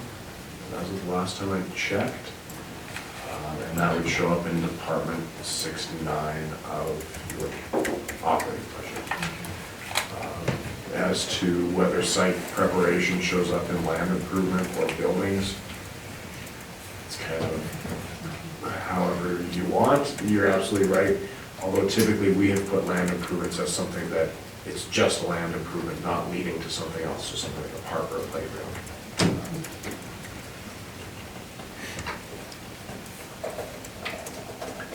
Councillor Gullekson. Thank you, Mayor Creasy. Most of my questions were answered, but considering the mayor brought up the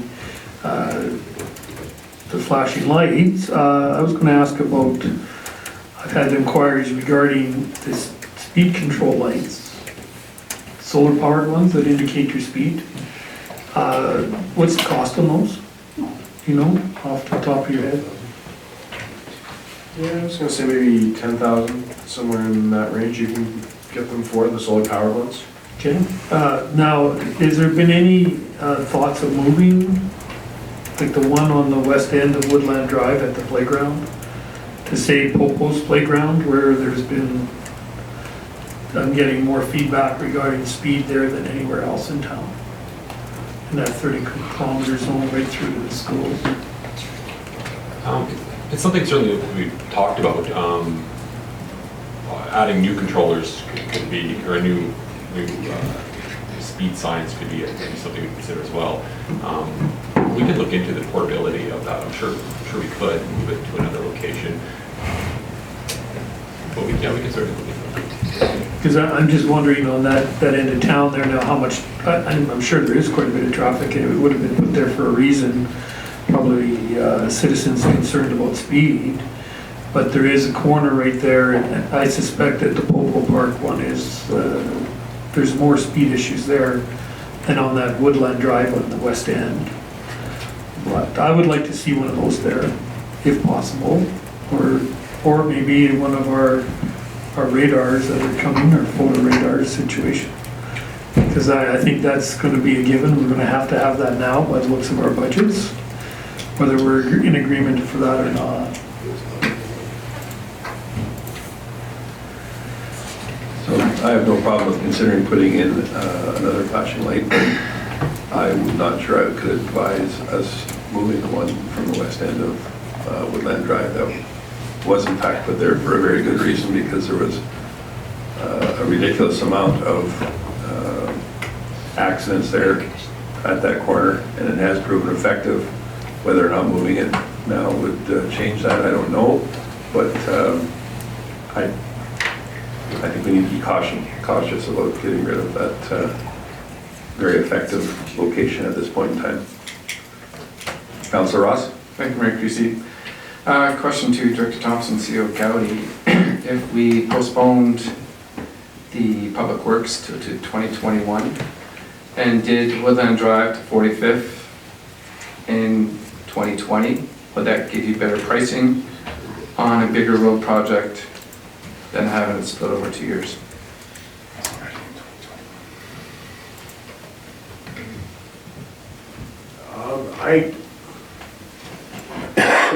I think that quantities always matter, and more is better for pricing typically. But there is kind of thresholds where sort of the difference between a $1 million project and a $2 million project might not be very significant. That, once they're already mobilized and they're big about it.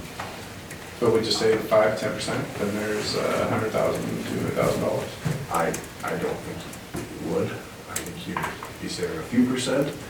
What I was going to say, I don't think, though, that it's as simple as we'll put off the building and then pave the road. Once we're looking at the 10-year horizon, we're really looking at that overall expenditure, and so whether something happens in 2021 or 2023, it's less important. I don't want to say it's not important. One concern I would have of putting all of that money, all of the highway work into 1 year, is that you'd end up putting a lot more pressure on your roads reserve and potentially even debt borrowing than you would if you spread it over 2 years, where you're able to allocate your MSI capital for both years to those major road repave projects. So I think from a grant capacity standpoint, it's probably easier to have it over 2 years, although you would probably save between 1 and 5% by having those larger quantities. Right, thank you.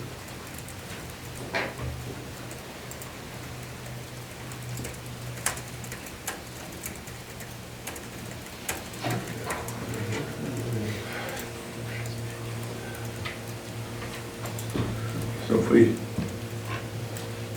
satisfied everybody's questions and inquiries? Councillor Hoopstra? Thanks, Mayor Creasy. I move that council, that council adopt the proposed 2020 capital budget as presented in the memo of tonight. Today's date. Thank you. So once again, I'm going to ask the administration, is there going to be any adjustments that may come about here with the request that was made earlier that you might want to consider? Or we're okay for capital? So you're talking about the operating budget requests? No, I don't think those will have a significant, I don't think the capital budget will be impacted by the operational budget scenarios we prepare. Very good.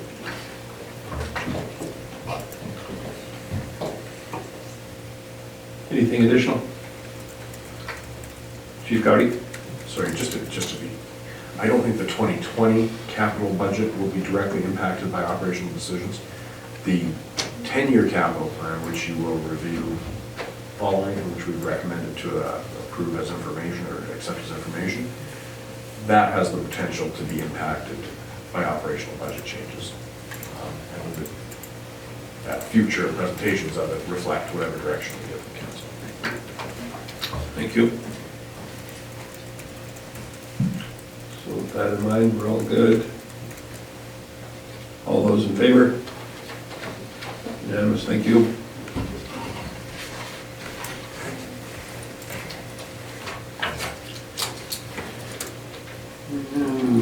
Next up is item number 5.8, the Q3 financial variance report.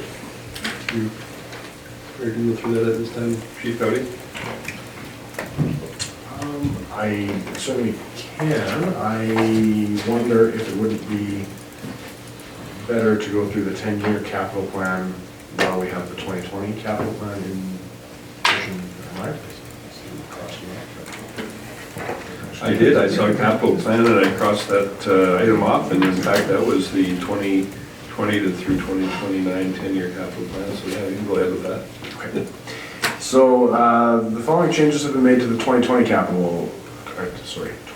to 2029 capital plan based on council's direction. The reduction to the Lacombe Athletic Park Association Facility Expansion Project, and that is a reduction of $500,000 overall, $250,000 total. Completion of all work on, $250,000 per year.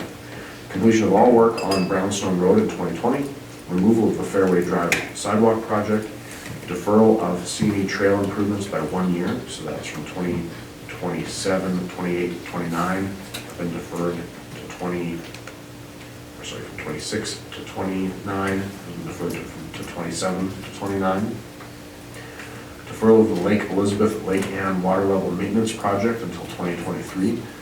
Overall reduction of the fire ladder truck replacement. This is due to an assessment we've done as to what the equipment needs of the fire department will be and what the likely costs will be. Similarly, a removal of the county contribution to the fire ladder truck replacement that formerly was shown in the 10-year capital plan, but isn't something that we actually expect the county to contribute to. Removal of the public works lean-to, so $30,000, and of course with the new shop plant, we wouldn't be making that investment. Adjusted price for the Area 12 lift station. This was an unfortunate news story that changed our budget from $1.163 million to $2.563 million. Area 12 again. Area 12 is the northern part of Lacombe that will allow the further development of the Henner's Landing type area. Henner Heights, actually, it's called. Sorry, Henner Heights. An adjusted price for the Highway 2A service road reconstruction and paving, which we discussed tonight. The inclusion of the airport runway seal coat in 2020, which we discussed tonight. The Public Works building spread over 2 years. The deferral of the online permitting software. An adjusted price from the Highway 2A rail crossing improvement program for the Register line, I believe.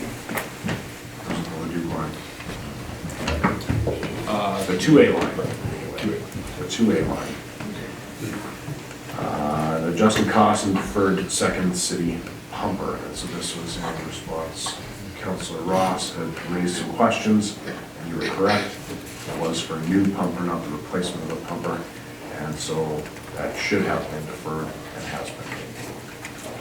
The overall impact of these changes is a net reduction of $274,000. We are still working on the funding allocations, but given that we were fully funded in the previous plan and this one is a slight reduction, we're very confident that this plan is also fundable. We'll be working on that for council's information in the future, but haven't completed it yet. All of the exact numbers associated with those changes are included in council's memo in chart format. And those are the major changes to the 10-year capital plan. We are recommending acceptance of this report as information. This report does satisfy and actually exceeds the MGA requirement for a multi-year capital plan.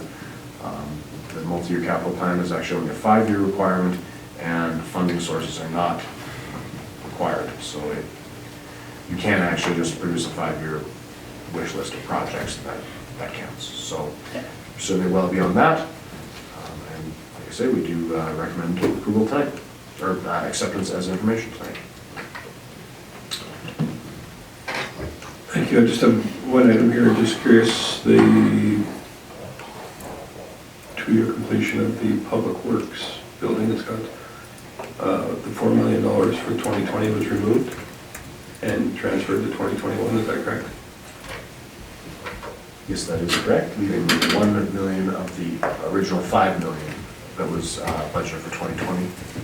$1 million will remain in 2020. Right, which it doesn't show here, so that's what I was getting at. It just doesn't show the $1 million. Because this only shows the changes, not the final. Very good. Thank you. Councillor Hoekstra. Thanks, Mayor Christie. I was wondering if CAO Gowdy could give an example of how the operating budget could affect this. If it doesn't affect our capital budget, like where down the road will it be? Where could we possibly see it? So council's direction is to find savings in reserve contributions, for example. that could have an impact in your ability to fund from reserves for some of these projects. It would likely cause us to push some of those projects at the tail end of the project, the 10-year capital plan. So things like the C&E trail upgrade would probably get deferred another year. That sort of thing.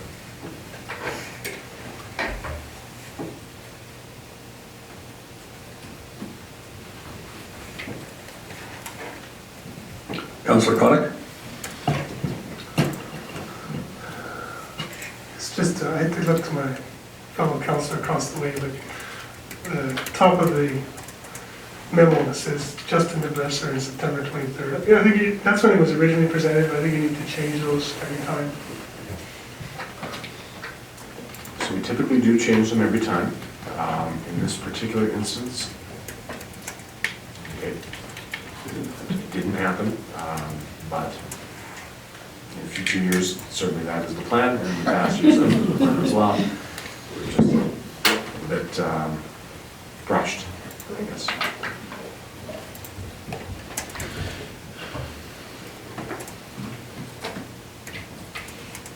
Councillor Hoekstra?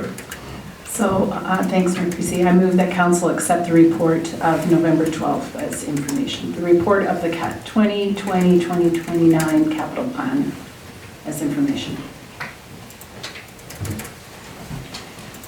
No additional input to all those in favor? Thank you. Dennis? So now we can move on to the variance report. So as per our new variance reporting format, it's not new anymore, but recently updated, we have set a threshold of commenting on variances that exceed $5,000. Below that, we'll be either able to, hopefully off the top of our head, comment on them if you have questions, and if not, we'll go and find that information for you. Overall, the city is over our revenue and under our expenses. Of course, this is variances that you like to see, but it's only Q3, and so we don't know until the end of the year what those will be. And of course, there's a variety of reasons for those. One that's highlighted is extra funding for the affordable housing block grant that we received. Another significant component actually is over realizing the amount of salvage value for our vehicles and large equipment. So I would love to say it's all from tighten belts and grade management. Some of it is that, and our managers do a great job of watching their costs, but a lot of it is just variables that you see from year to year. So overall, things are on track, doing well. Personnel is, of course, one of our biggest costs, and there we're about 1.5% below budget, which is fairly typical for this time of year. If there's any questions about specific items or budgets, I'd be happy to answer those. Just because it's a significant amount of money on the other sources for revenues, positive one, I expect 31% is.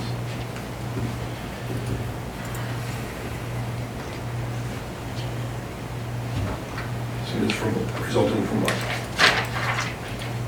Analyst Craven, do you know off the top of your head what the consolidated increase in other sources of revenue? We're about 400,000 over, and could you remind me what that is? I believe that probably relates to the sale of equipment, what we received for the sale of equipment that's transferred. So that all does get transferred then back into reserves, so it isn't an in and an out, and is reflected in future 10-year capital plans, and thus lowers the operating expenses for those budgets. So that would be a positive example of what Councillor Hoekstra was asking about earlier. Councillor Connick? Thank you, Mayor Creasy. Just a clarification, you mentioned the grants are trending over, and the city applied for and received the affordable housing block grant, and it amounted to about $153,000. You made mention that if it's not spent, it'll be moved to reserves. Like, I'm just trying to, because we had an affordable housing meeting, committee meeting today, and the affordable housing strategy will be presented to the council, I believe, at the next meeting. And there will be some talk of, plans going forward or what. But I guess I want to clarify that that money for the affordable housing will stay with that. It's not going to be put into a reserve somewhere else if we don't spend it. That's what I'm trying to clarify. And it would be earmarked for affordable housing. I don't know off the top of my head if that is through an actual dedicated grant that we have for the affordable housing funds. It is. Thank you. If it was transferred into a reserve, it would be put into that specific reserve for affordable housing. So it'll be made available to them. Okay, and what reserve would that be under? Just curious. Because I don't recall seeing an affordable housing reserve. Can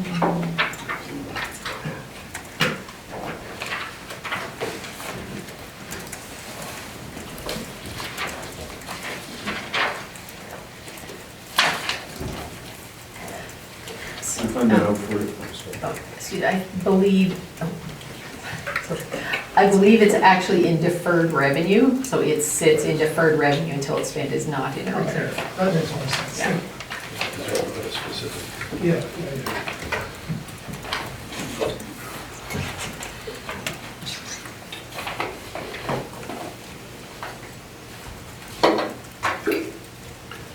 Anyone else have any questions or concerns on these variances? Councillor Ross? Thank you, Mayor Creasy. I'll just make the motion the council accepts this report as information. Last opportunity for questions. All those in favor? Thank you. Unanimous?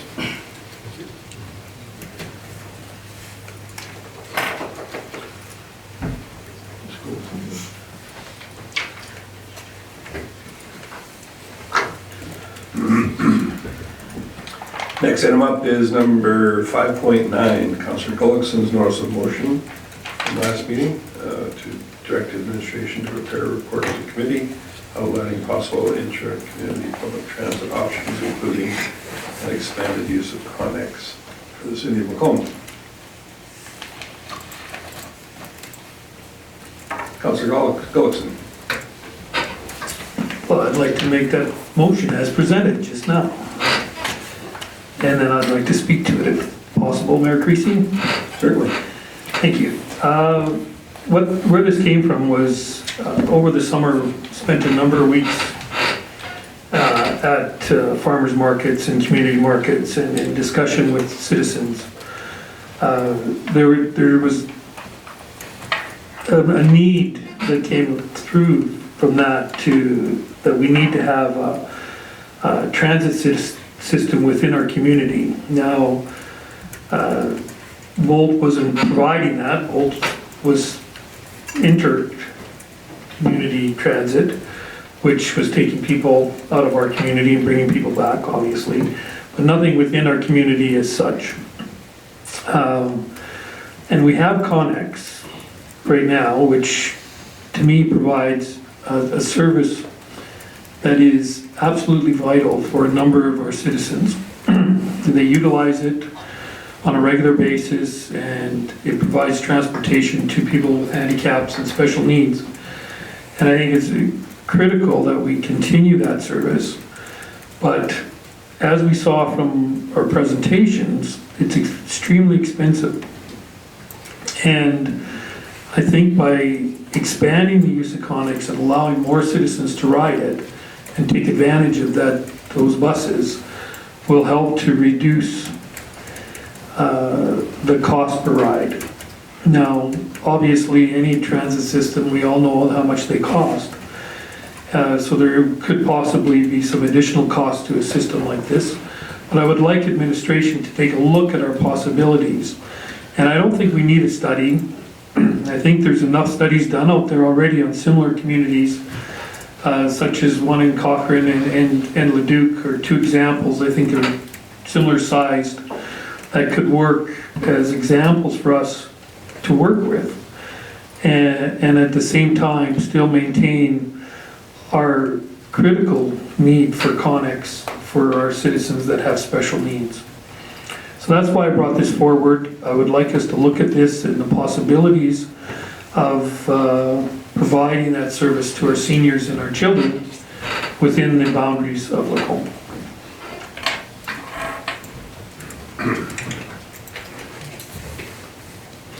Councillor Hibbs. Thank you, Mayor Creasy.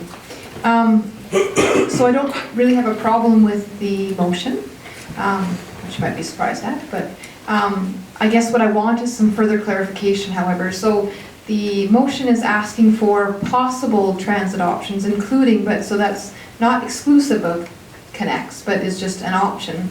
But I guess I'm looking at it from administration's point of view, thinking, what is it exactly that you're looking for? So I think that it would probably be a good idea to put some parameters around that as well, like, you know, days of service, hours of service.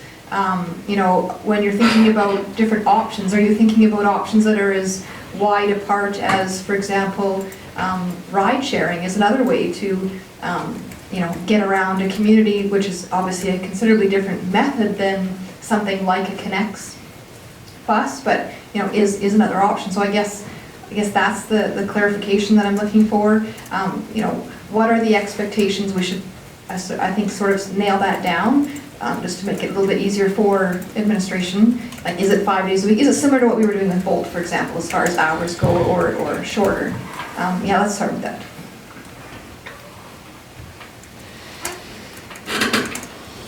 Councillor Gullekson. Thank you, Mayor Creasy. I think that's exactly what we're looking for, because by looking at other communities and what they're doing in their community and what is working for them, it gives us an opportunity to not reinvent the wheel again. I don't think we want to say limit their scope of their investigation into what the possibilities are for this kind of a system, because there's a number of different examples out there, and it would be nice to look at them all and adapt it to what our needs are. And that might be where we do have to have a study at a later date to decide what our needs are, if this is even possible, if it will work for us. And that's what this is, just the first step towards that.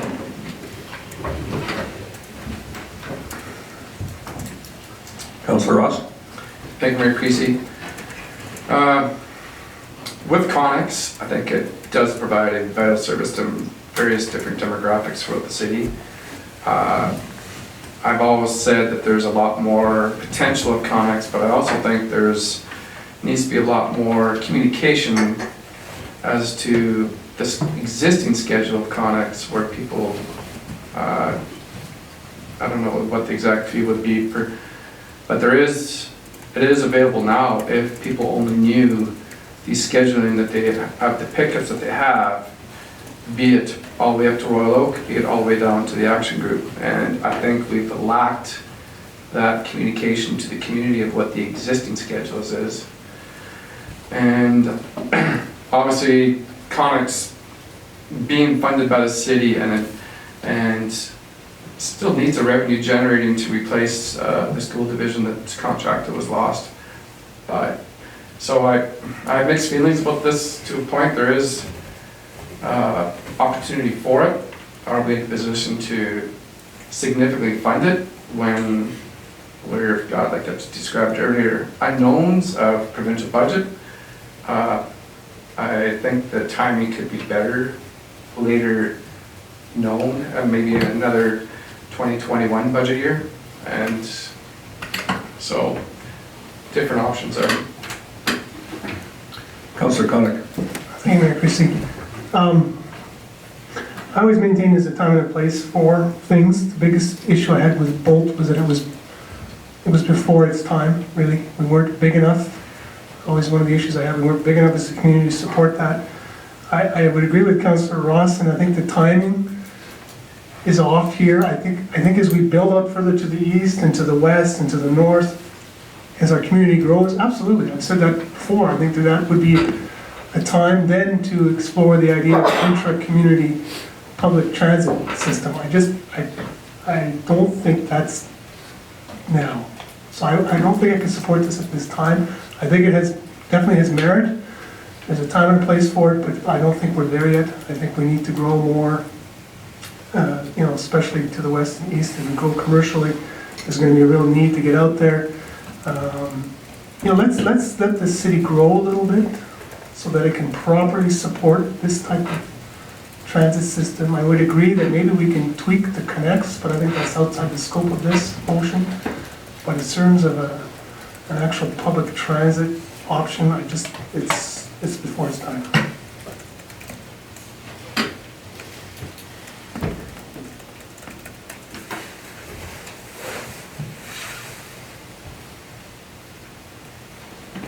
I'm sorry, Councillor Gullekson, that lady of yours is just very hard to see from this angle. I didn't realize it was on, but you go ahead. Thank you very much, Mayor Creasy. I think that you're making my point for me. It's exactly what this is all about. Because things move very slowly in this type of process, and I would think if we're looking at 2021 before any transit system would be in place, if there ever was one. As far as adjusting, using connects to do more is also part of this, and that's to be done. The study would have to include FCSS, who operate it now, and figure out and give us show us the possibilities for connects and how we can expand that and make it more usable for more of our citizens, as Councillor Ross brought up. I was doing Meals on Wheels the other day and sitting down there, and there was a gentleman sitting there with his walker. He said, "I'd love to get on connects." He didn't even know how to do it. So I mean, there's the possibility of more ridership. He didn't qualify to get on connects. He has to be registered to be a part of that ridership. So no, he doesn't just have to call. You can at certain times, but not everybody can just call Connects and have them come pick you up. So it's one of those things that I'd love to see Connects expanded and used more. It was frustrating for me, and I think frustrating for some of the bus drivers even. Connects pull up, drop one person off, an hour later come back and get them. That's all that they did within that hour. I mean, we need to look at this system and make it work a little bit better. And that's what the whole process of this is. If administration looks at it and says we're not ready for public transit, that's part of this. And I would not disagree with that if that's what comes out of this. But I would like to make sure that we use our Connects buses properly and make sure we're getting full value for what we're putting into it. Councillor Gullekson. Thanks, Mayor Creasy.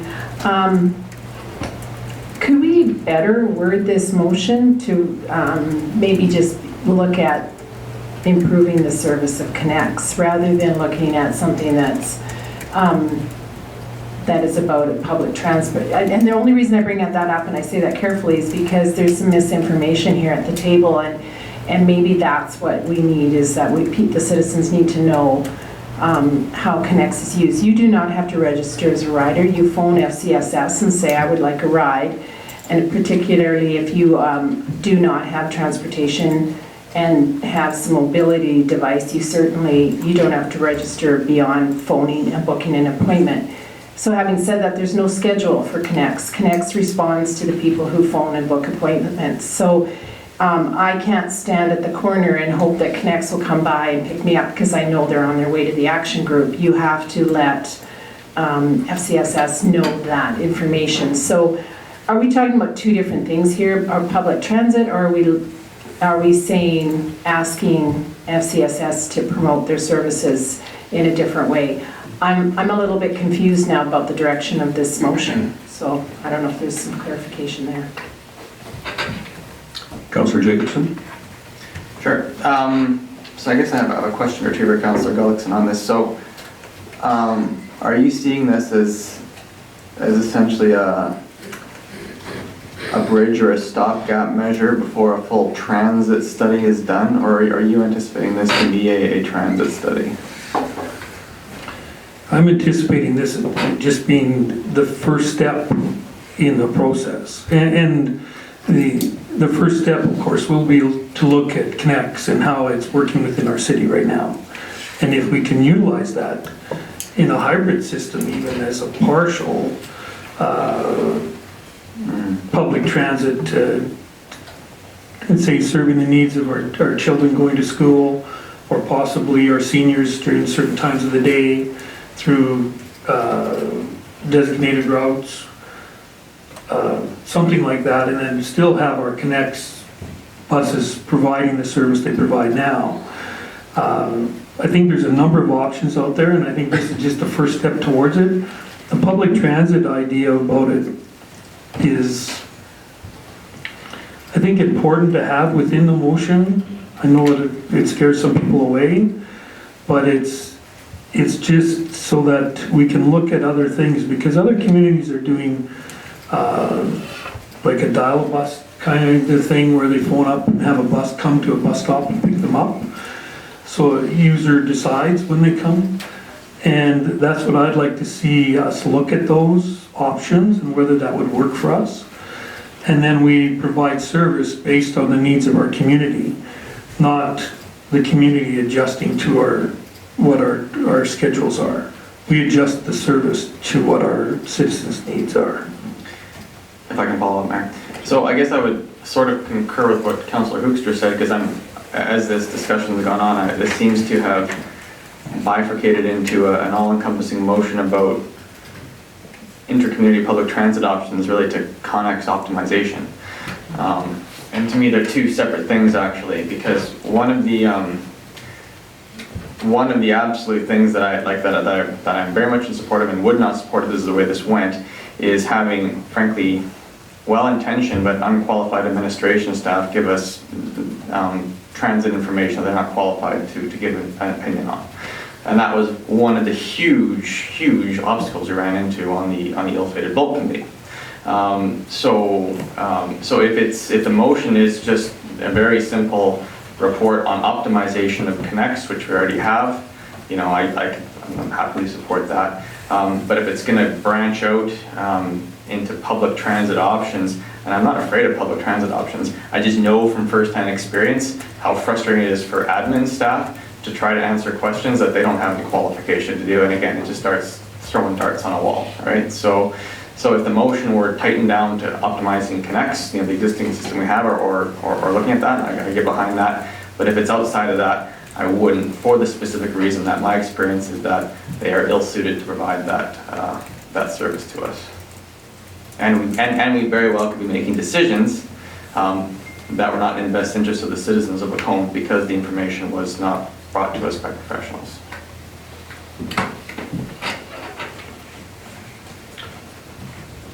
Before you respond to that, Councillor Gullekson, Councillor Ross has some input as well. Thank you, Mayor Creasy. I concur with Councillor Hoekstra and Councillor Jacobson being on the FCSS, and I think there needs to be more collaboration. With all due respect, there's opportunity with Director Duke and FCSS to expand the opportunity of connection within the city of Lacombe without having to go the direction of public transit. I think, like I repeat myself saying that there is a schedule where people have the options to be included in already existing schedules, but I think we have 3 buses that I think need to be more collaboration and efficiently used. And I think there's options for both revenue generating and Connex that the city has had to fund in excess over the losses each year. So I would support it more specific to Connex collaboration within administration and FCSS to provide more opportunities and service within the community as it exists.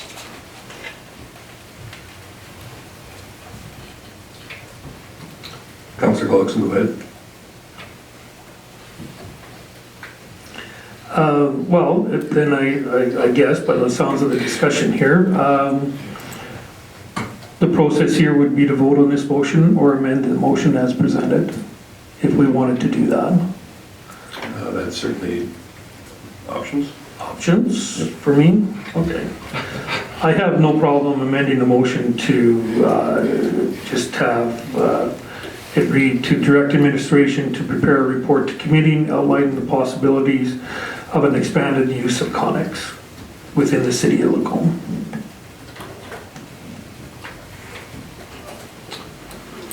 Thank you for that. Everybody's clear with the revised version of that motion? Councillor Ross. Thank you, Mayor Creasy. With all due respect to Councillor Gullekson, I would maybe consult with some opinions from Director Duke and CO Gowdy with, as Director Duke has some part of Connex. Is this properly that in support of Councillor Gullexon's amended motion that we can revise the Connex? Because I see a light came on, so I'm gonna... Chief Cody? So I guess I want to make sure that we're really clear on, I heard an optimization, which to me is maximize the revenue recovery and I guess operational efficiency and ridership of the existing Connex service. That's the goal.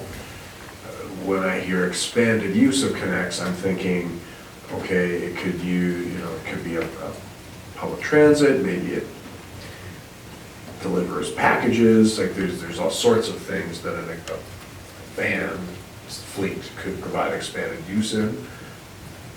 But it sounded to me like it was more about maximizing the existing use, which is helping seniors and people with mobility issues and maybe socioeconomic factors just get access to the service. That is not my intent of the motion. My motion is to be in a position where I can phone up or arrange to get access to Connex if I wanted it. So that would be through a dial bus or something like that. I want to see our citizens, all of our citizens, start to utilize that system if possible. I don't think you should have to be in a position where you're disabled to use that. So that's my thought. Because the gentleman at the lodge, he talked about qualifications, and he had a walker, but he may not have qualified for Connex. And he said he would love to use it. So I would like to see that expanded, and I think there needs to be more people that can qualify to ride that. Chief Cody. So I guess it sounds to me like you're looking for sort of like expanded access to Connex from the residents. I did want to just address the this concept of like registered and eligibility. We did meet with the FCSS director today, and I can confirm there's no list of registered users or like here's the criteria for what you would be eligible for. This gentleman that you were describing, he certainly would be eligible for it. Yourself, you would be eligible for it. I think that we certainly could look at making sure that those eligibility, which were quite discretionary, it sounds like, were maybe more specific and that they did not offer any sort of a barrier to residents to using it. I just want to make sure that that's the intent, is it's about getting more use for our community out of that the Connex service. That certainly is the intent of the whole motion, is to try and make this work. Because the reality of this, I don't want to lose this service in our community, and I'm afraid that if we don't expand the use, that at some point it would come to where we could lose it. So that is one of the reasons I brought this forward. And as far as the expanded use of Connex, that's exactly what I want to see. And as far as the information I had was you had to be a certain level of need to use Connex, and you say that's not true, so I believe you. That's not the information I had. So that's great to know. So I can phone it up and take my family for a ride in Connex. That'll be great. So I'll try that next week. But anyway, That's what I would like to see. I'd like to leave the motion as is, expanded use of connects. And I think that administration, they can bring back some options for us, and maybe there is no good option. Maybe when they look at it, they'll say, no, there's nothing that works for us in our community at this time. And there's lots of good examples out there of similar buses working in other communities, and I don't think we need to reinvent the wheel. I think we can look at those and take advantage of their information. So I guess I'm getting more and more confused the deeper we go into this, and I appreciate the intent of you wanting to make better use of this Connect system. So just to understand it correctly, so it's an expectation that the Connect service will be open to every citizen on a call-in basis to utilize that service? I think there would be some logistical issues with that. That's a nightmare. So that is not the expectation. That was just a bad example on my part to show how ridiculous that could be. Because the reality is that I hope administration would look at it properly and decide on reasonable ways to use the bus system. Because to dial a bus to come to your house is not an expectation that I hope any of us would have on a regular basis. To dial a bus to come to a bus stop is something that is being used elsewhere that may be working quite well. And that is a possibility that could work. And I think our administration is smart enough to understand that and to use other people's systems as examples of how to utilize these buses that we have. And so I'm just curious as to expectation of timing. Is this something that we would give them until quarter 2 or 3 of? Absolutely. The thing is, it's got to, this isn't something that we can make a decision on in 2 months. It's going to be a long-term project, and possibly you could run some smaller, test projects to see how it works with seniors and different things like that in conjunction with FCSS. I know they do Royal Oak right now. Maybe they can be expanded and see if we can get more ridership. So I think there's lots of opportunities. I think FCSS and the drivers of the buses probably have some great ideas on how it can be utilized more. So I would like to leave the motion as amended then, and that's the expanded use of connects. Thank you, Councillor Ross. Thank you, Mayor Creasy. I will just read off, Councillor brought up the Lacombe Connex. This says, Lacombe Connex rides are available to seniors and others unable to access regular transportation because of age, cost, or disability. So there are obviously small fees for using the service. I will say, for example, I strongly feel that the service could be, current schedules, as I've repeated, that could be made more public. For example, if they're going to Ridge Regional Hospital for dialysis transportation, other seniors that or individuals would want to utilize that to go to Regia, there's opportunities to use the bus and go to Regia Hospital and catch a city bus to go other places in Regia and connect back. There are, and as I stated, and as Don Gullekson, we're going in circles, but there is more opportunity for Connex if the schedule is more and more public, there's more awareness, and there is opportunities for increased ridership, but there is many opportunities for people to utilize it, so. Chief County. So I just wanted to comment, Councillor Gullekson had said, well, maybe anybody can use the bus. Unfortunately, it is not so clear cut. There is sort of general requirements that, as Councillor Ross has highlighted, but it is not there's no written, if you meet these criteria, you will or will not make it. It's up to the coordinator's discretion whether your particular circumstances would warrant use at a reduced fee. So, for example, you'd said, well, me and my family, I don't think that would meet their discretion. You yourself, I know you're retired and so I'm guessing about age, that I think you would the criteria, or you meet the criteria. Be careful. I am.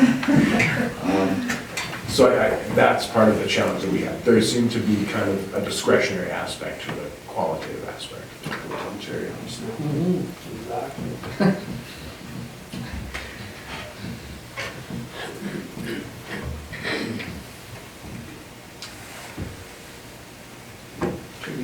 Anyone else? We will have the amended motion read back here, please, so we could. So Mayor Christie, the motion made by Councillor Gullekson as amended is to direct administration to prepare a report to committee outlining the possibilities of an expanded use of Connex within the city of Lacombe. So regardless of how this vote goes, I think that what I'm hearing from the majority of councillors is that there is certainly room for improvement in the way that we portray Connex to the public, both in scheduling options and availability, that kind of thing. So hopefully between our administration and FCSS, those can be improved regardless of what we decide here. I would think would be a positive move. We all have the amended motion before us. And seeing no additional lights on, I'm going to call the question. All those in favor? And those opposed? That motion is defeated.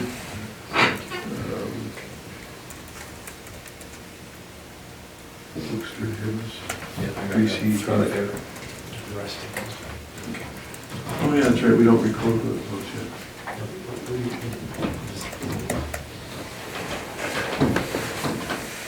Inside joke, sorry.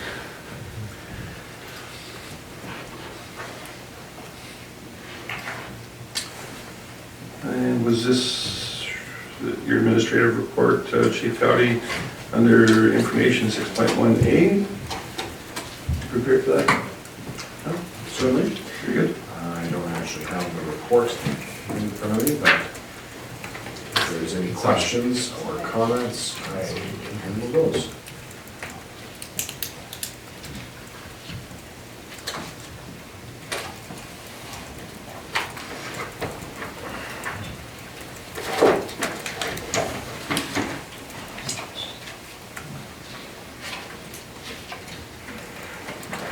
Thank you. Councillor Ross. Thank you, Mayor Creasy. Maybe just some feedback pertaining to the ATCO solar regeneration and solar power generation. I'm under the understanding with solar power that the payback is now, the numbers are working in the negative as far as the return. So maybe just, how did that go back, I guess? I would say it was a fairly preliminary meeting. We are looking at reclamation of the lagoon sites. We have an obligation from Alberta Environment and Parks to create a plan for reclamation of those lagoon sites. Actually, Councillor Gullekson sat in with us on the meeting, and we talked about overall costs and whether you'd have the ability to, of course, one of the benefits of this site is that you have potential for large demand on site with the regional lift stations. So that could improve your payback period.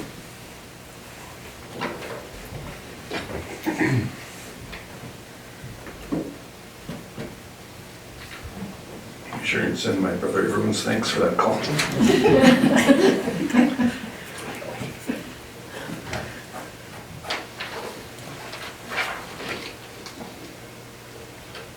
So do we need to accept Chief Cowdy's report separately, or all reports at once? Or what is that?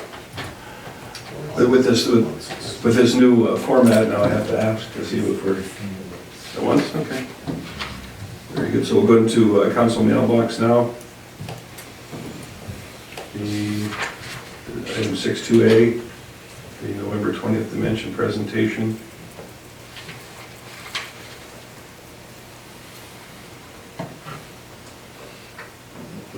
expectation that we respond as to numbers or? Very good, so just information for us to consider. Anyone care to comment on that item? Chief Gowdy? I wasn't going to comment on that specific item, but there was an item that had come by email, which was an invitation to the Edmonton International Airport on, I believe, December 2nd, which I was going to remind you to ask council's interest. Yeah, we actually did speak of that previously, and both the CAO and myself have taken that tour. I think that this one perhaps was going to encompass some additional items as well, and we had discussed the possibility of perhaps not only extending it to council, but others. With the management that they have in place at Edmonton International Airport have come up with some very interesting and unique ways of enhancing their business there and making that a very viable entity. So something that we should consider, and I think that our ML in his office extended a hand to organize a tour and meeting. Has that been times and dates set up at all, or? Yes, that is the only complicating factor, is that the suggested date from the Edmonton International Airport and Mr. Orr's office are for December 2nd, which of course we have a council committee meeting scheduled for. Now, currently, nothing's coming to mind that we have that's essential to go on the 2nd, so we certainly can defer that meeting if council's interested in the tour. Were you intending to comment on this particular item or after? Previous item. Maybe we'll hold up for 1 second, if that's okay. So is this something that council would just assume entertain rather than a committee meeting? Is that a possibility? Or what's your wishes?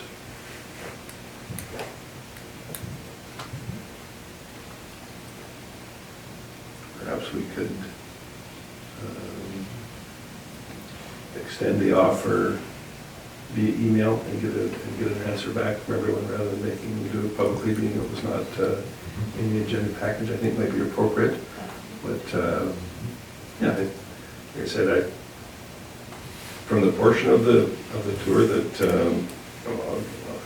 although I don't tend to speak on behalf of Chief Gowdy, I would suggest was very interesting. They do have some very innovative approaches, so I would like for you to consider it. And short of that, we will move on to the next item, and Councillor Hoekstra had a comment as well. Thanks, Mayor Creasy. Can I speak to the dementia-friendly community request? There is an email there to register by November 13th, but I did want it noted that I would be attending. Thank you for that. So that would give people tonight and tomorrow to consider registering for that item then. Thank you for bringing that to our attention. And the broadband internet letter from the end of October.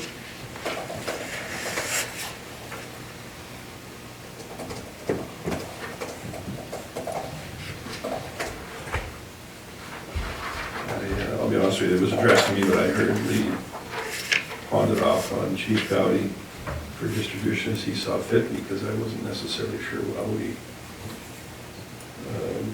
where exactly we were at in this whole process. So, Director Piche, do you have any input for this particular item? Yes, I will be responding to that, thank you. And is there any input that you need from council at this time in regards to that letter? No, they're just asking for a contact at this point, and if there's any initiatives that are upcoming with broadband. Perfect, we've got our part done then. Yeah.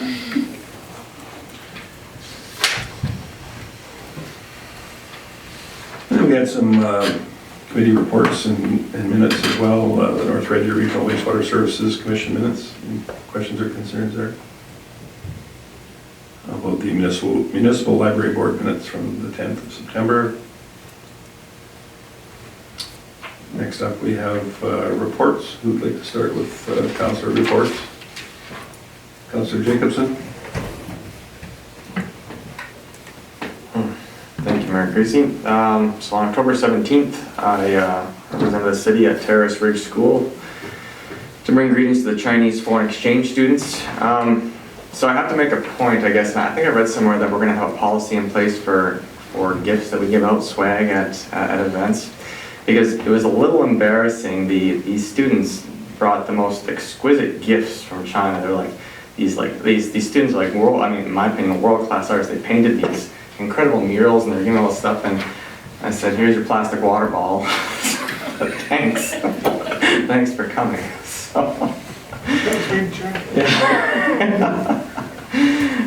So I was glad to read somewhere that there's going to be a policy on that. So that's whatever. I mean, I understand that most people don't go to that trouble to bring that level of gift and exchange. But anyway, I did attend the Alberta Recreation and Parks Association conference in Lake Louise.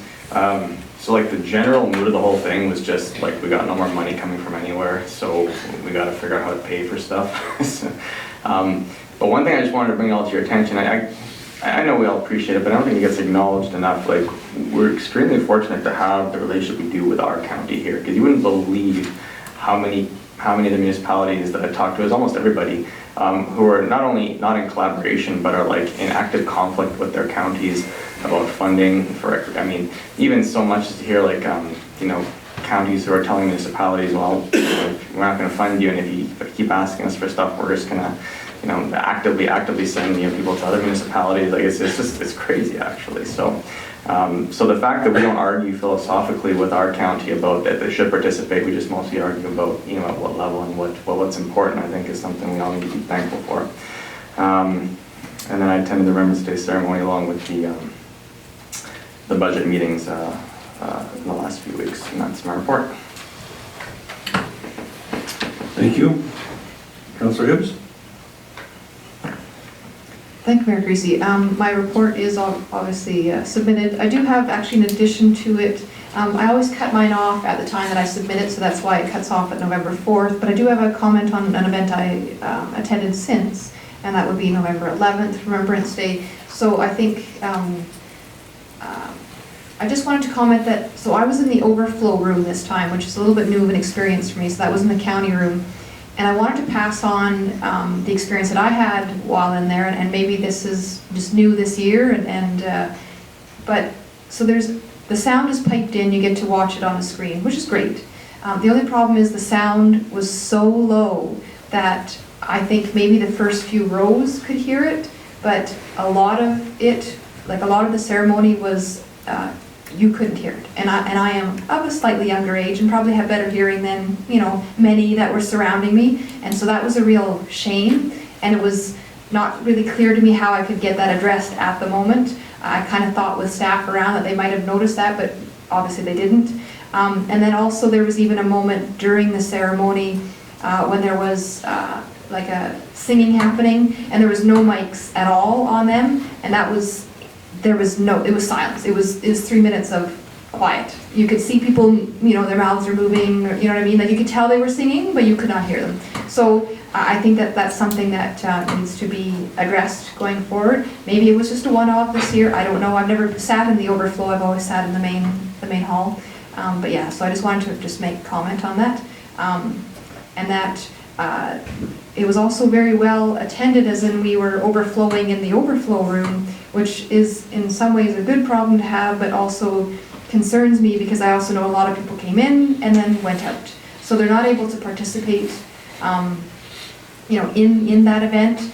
And so I'm just wondering, I know we've had it in the LMC for forever, and I know I have brought this up before, but I honestly think that if there's some possibility that in the future we look at the potential of a new venue, whether that's maybe the arena, if there's a new sound system in there at some point where it's a little bit more usable, I think that could be a lot more practical, could potentially hold a lot more people, I don't know. But anyways, I just thought I'd give some feedback on that event. The event itself was fabulous, no disrespect to anything that happened there, But I just think that that feedback is important so that we can all really enjoy it and get the most out of it, because unfortunately some of it was lost for the group that was sitting with me. Thanks, Councillor Hibbs. I mean, that's something that we will certainly look into. I had feedback from a few different people that suggested the same thing with the sound and the overflow. It's unfortunate when people don't let someone know immediately so that adjustments can be made. But I think that it's also important to note that this is not a city event. But in saying that, there were several city employees that were there working out of the goodness of their heart to make sure that it happened. So we can always try to do a little bit better, but we appreciate the work that they do and can make those suggestions so they can be in place for next year. Great. Councillor Connick. Thank you, Mayor Creasy. My iPad is dead, so I'll just look up. My report is there. If you have any questions, feel free to ask.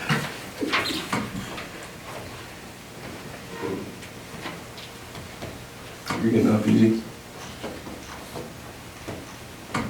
Councillor Hoekstra.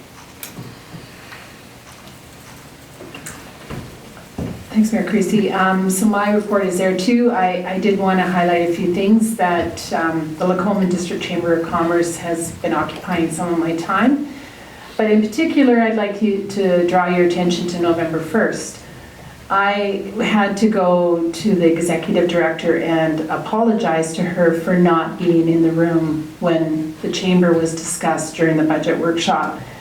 So I would like to challenge you. I think we're a pretty good bunch here.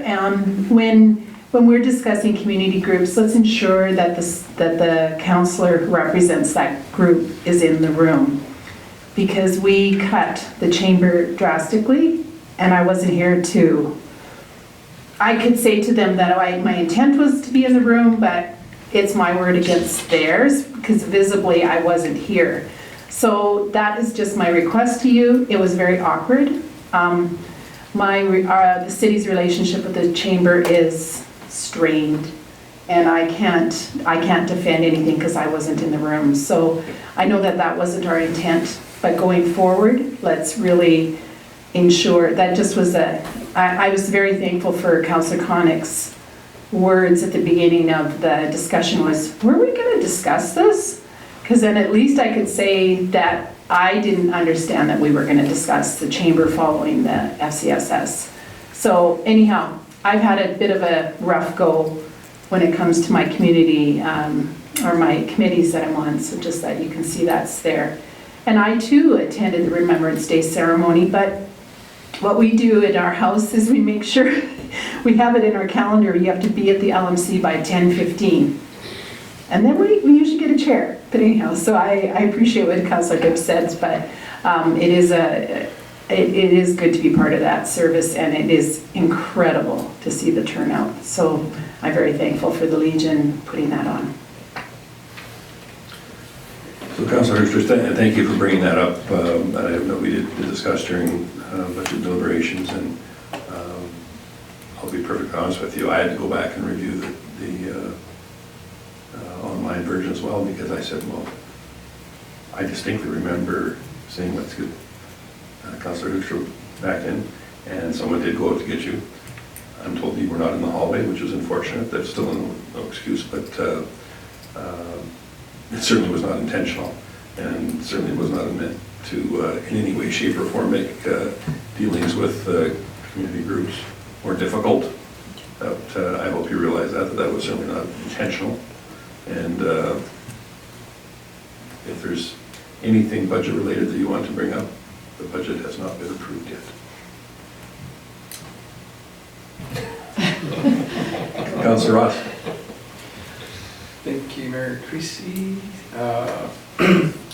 Schizophrenia Society, some of us were present. That was a very powerful presentation by Quentin Malarchuk. I guess it just goes to show that significant life events do create mental health issues. And anyways, our budget sessions, the Chamber Awards, congratulations to all nominees, I think, as well as the winners.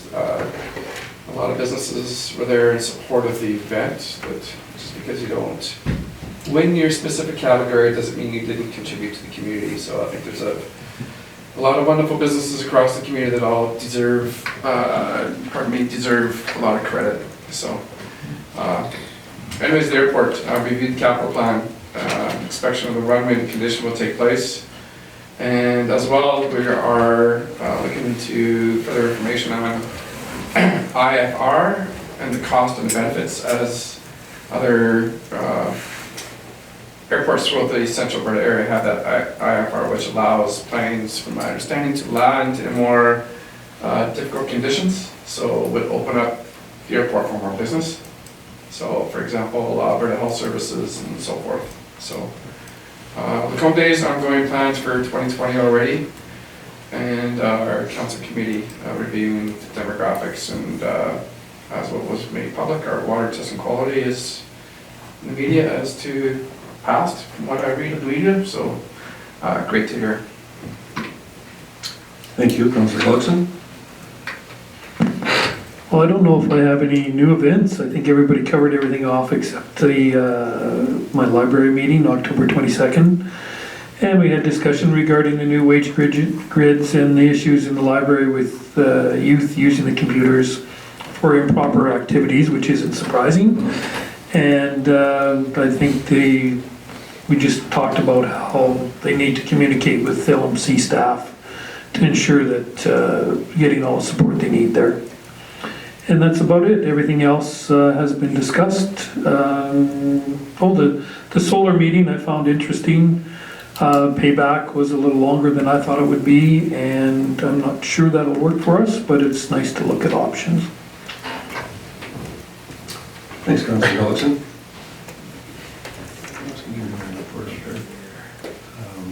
I think that, I guess maybe, is this the two-sheet one? Yeah. So this one goes back for quite a ways. Like I said, I had it ready to go last time and then forgot to submit it, which was unfortunate. So it goes back quite a ways. I don't think we're going to go through a bunch of those.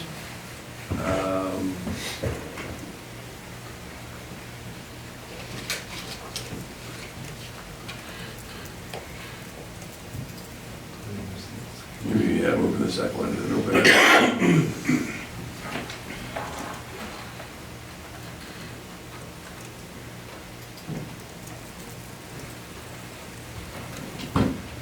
That's how we need to stop there. So I think I'll start all the way up to November 6th with the City Hall staff meeting. Certainly a pleasure to go there and see all the staff together. Actually, the vast majority of staff, of course, are always, it has to be a few people that have other appointments, that kind of thing, and away on vacation, that type of thing. But the vast majority were on hand there. It was a pleasure to thank them for all the work that they do to make our city ranked so highly that it is in a nation that is ranked #1 in the world in which to live. So that's always a joy to bring up as mayor, let me tell you.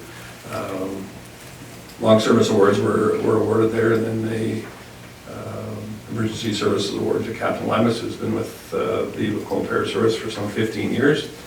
And that is a 12-year, I think is the minimum year qualification for that emergency service award. So a couple of MPC items that, rather 4 applications that were heard and approved there is outlined.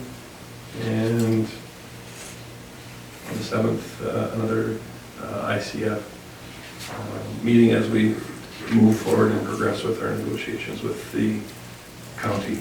And thanks to Councillor Jacobson, was it, that mentioned there are many areas in our province that do not have kind of consideration that we have from the counties, from our Lacombe County. So certainly points highly to a group of people working together for basically all the same citizens. So thanks for bringing that up as well. I don't think we had any other report items. Was there any questions or concerns, Councillor Oostrak? If we could have a motion to accept all reports, I would appreciate it. Councillor Hoekstra? I'll make that motion, thanks Mayor Creasy, that we accept all reports as information. Thank you. All those in favor? Is it all reports in council mailbox?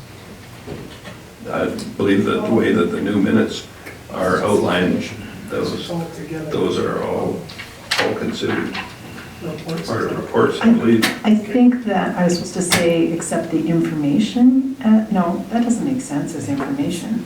About reports and information. Yeah, information items. Information items as information.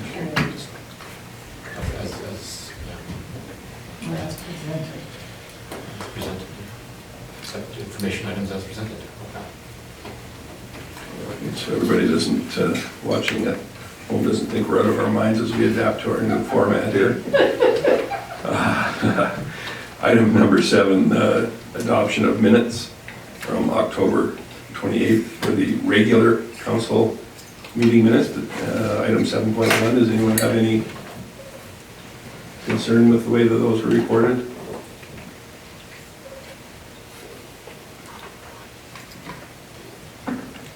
Councillor Hibbs?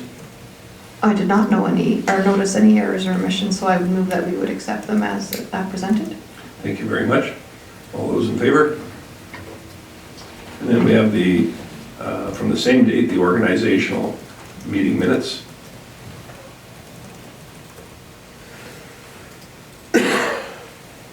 Anyone care to move those? Councillor Hibbs? Again, I did not see any errors, so I would move that they be adopted as presented. I would suggest that no one else did either, but looking by the number of lights on, so I'll call a question on that acceptance as well. All those in favor? Great, thank you. We have no notices of motion this evening. The press has been patient listening to our deliberations this evening. I would suggest that we take a short recess between now and our in-camera item. It's now 7:54, so let's say 8:10. Give us sufficient time for a break. That work? Thank you.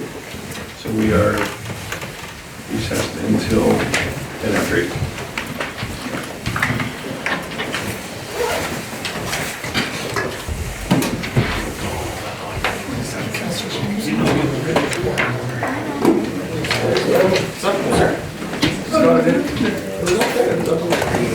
Wasn't no time, wasn't there? Oh. I told him, don't put it in today, no one.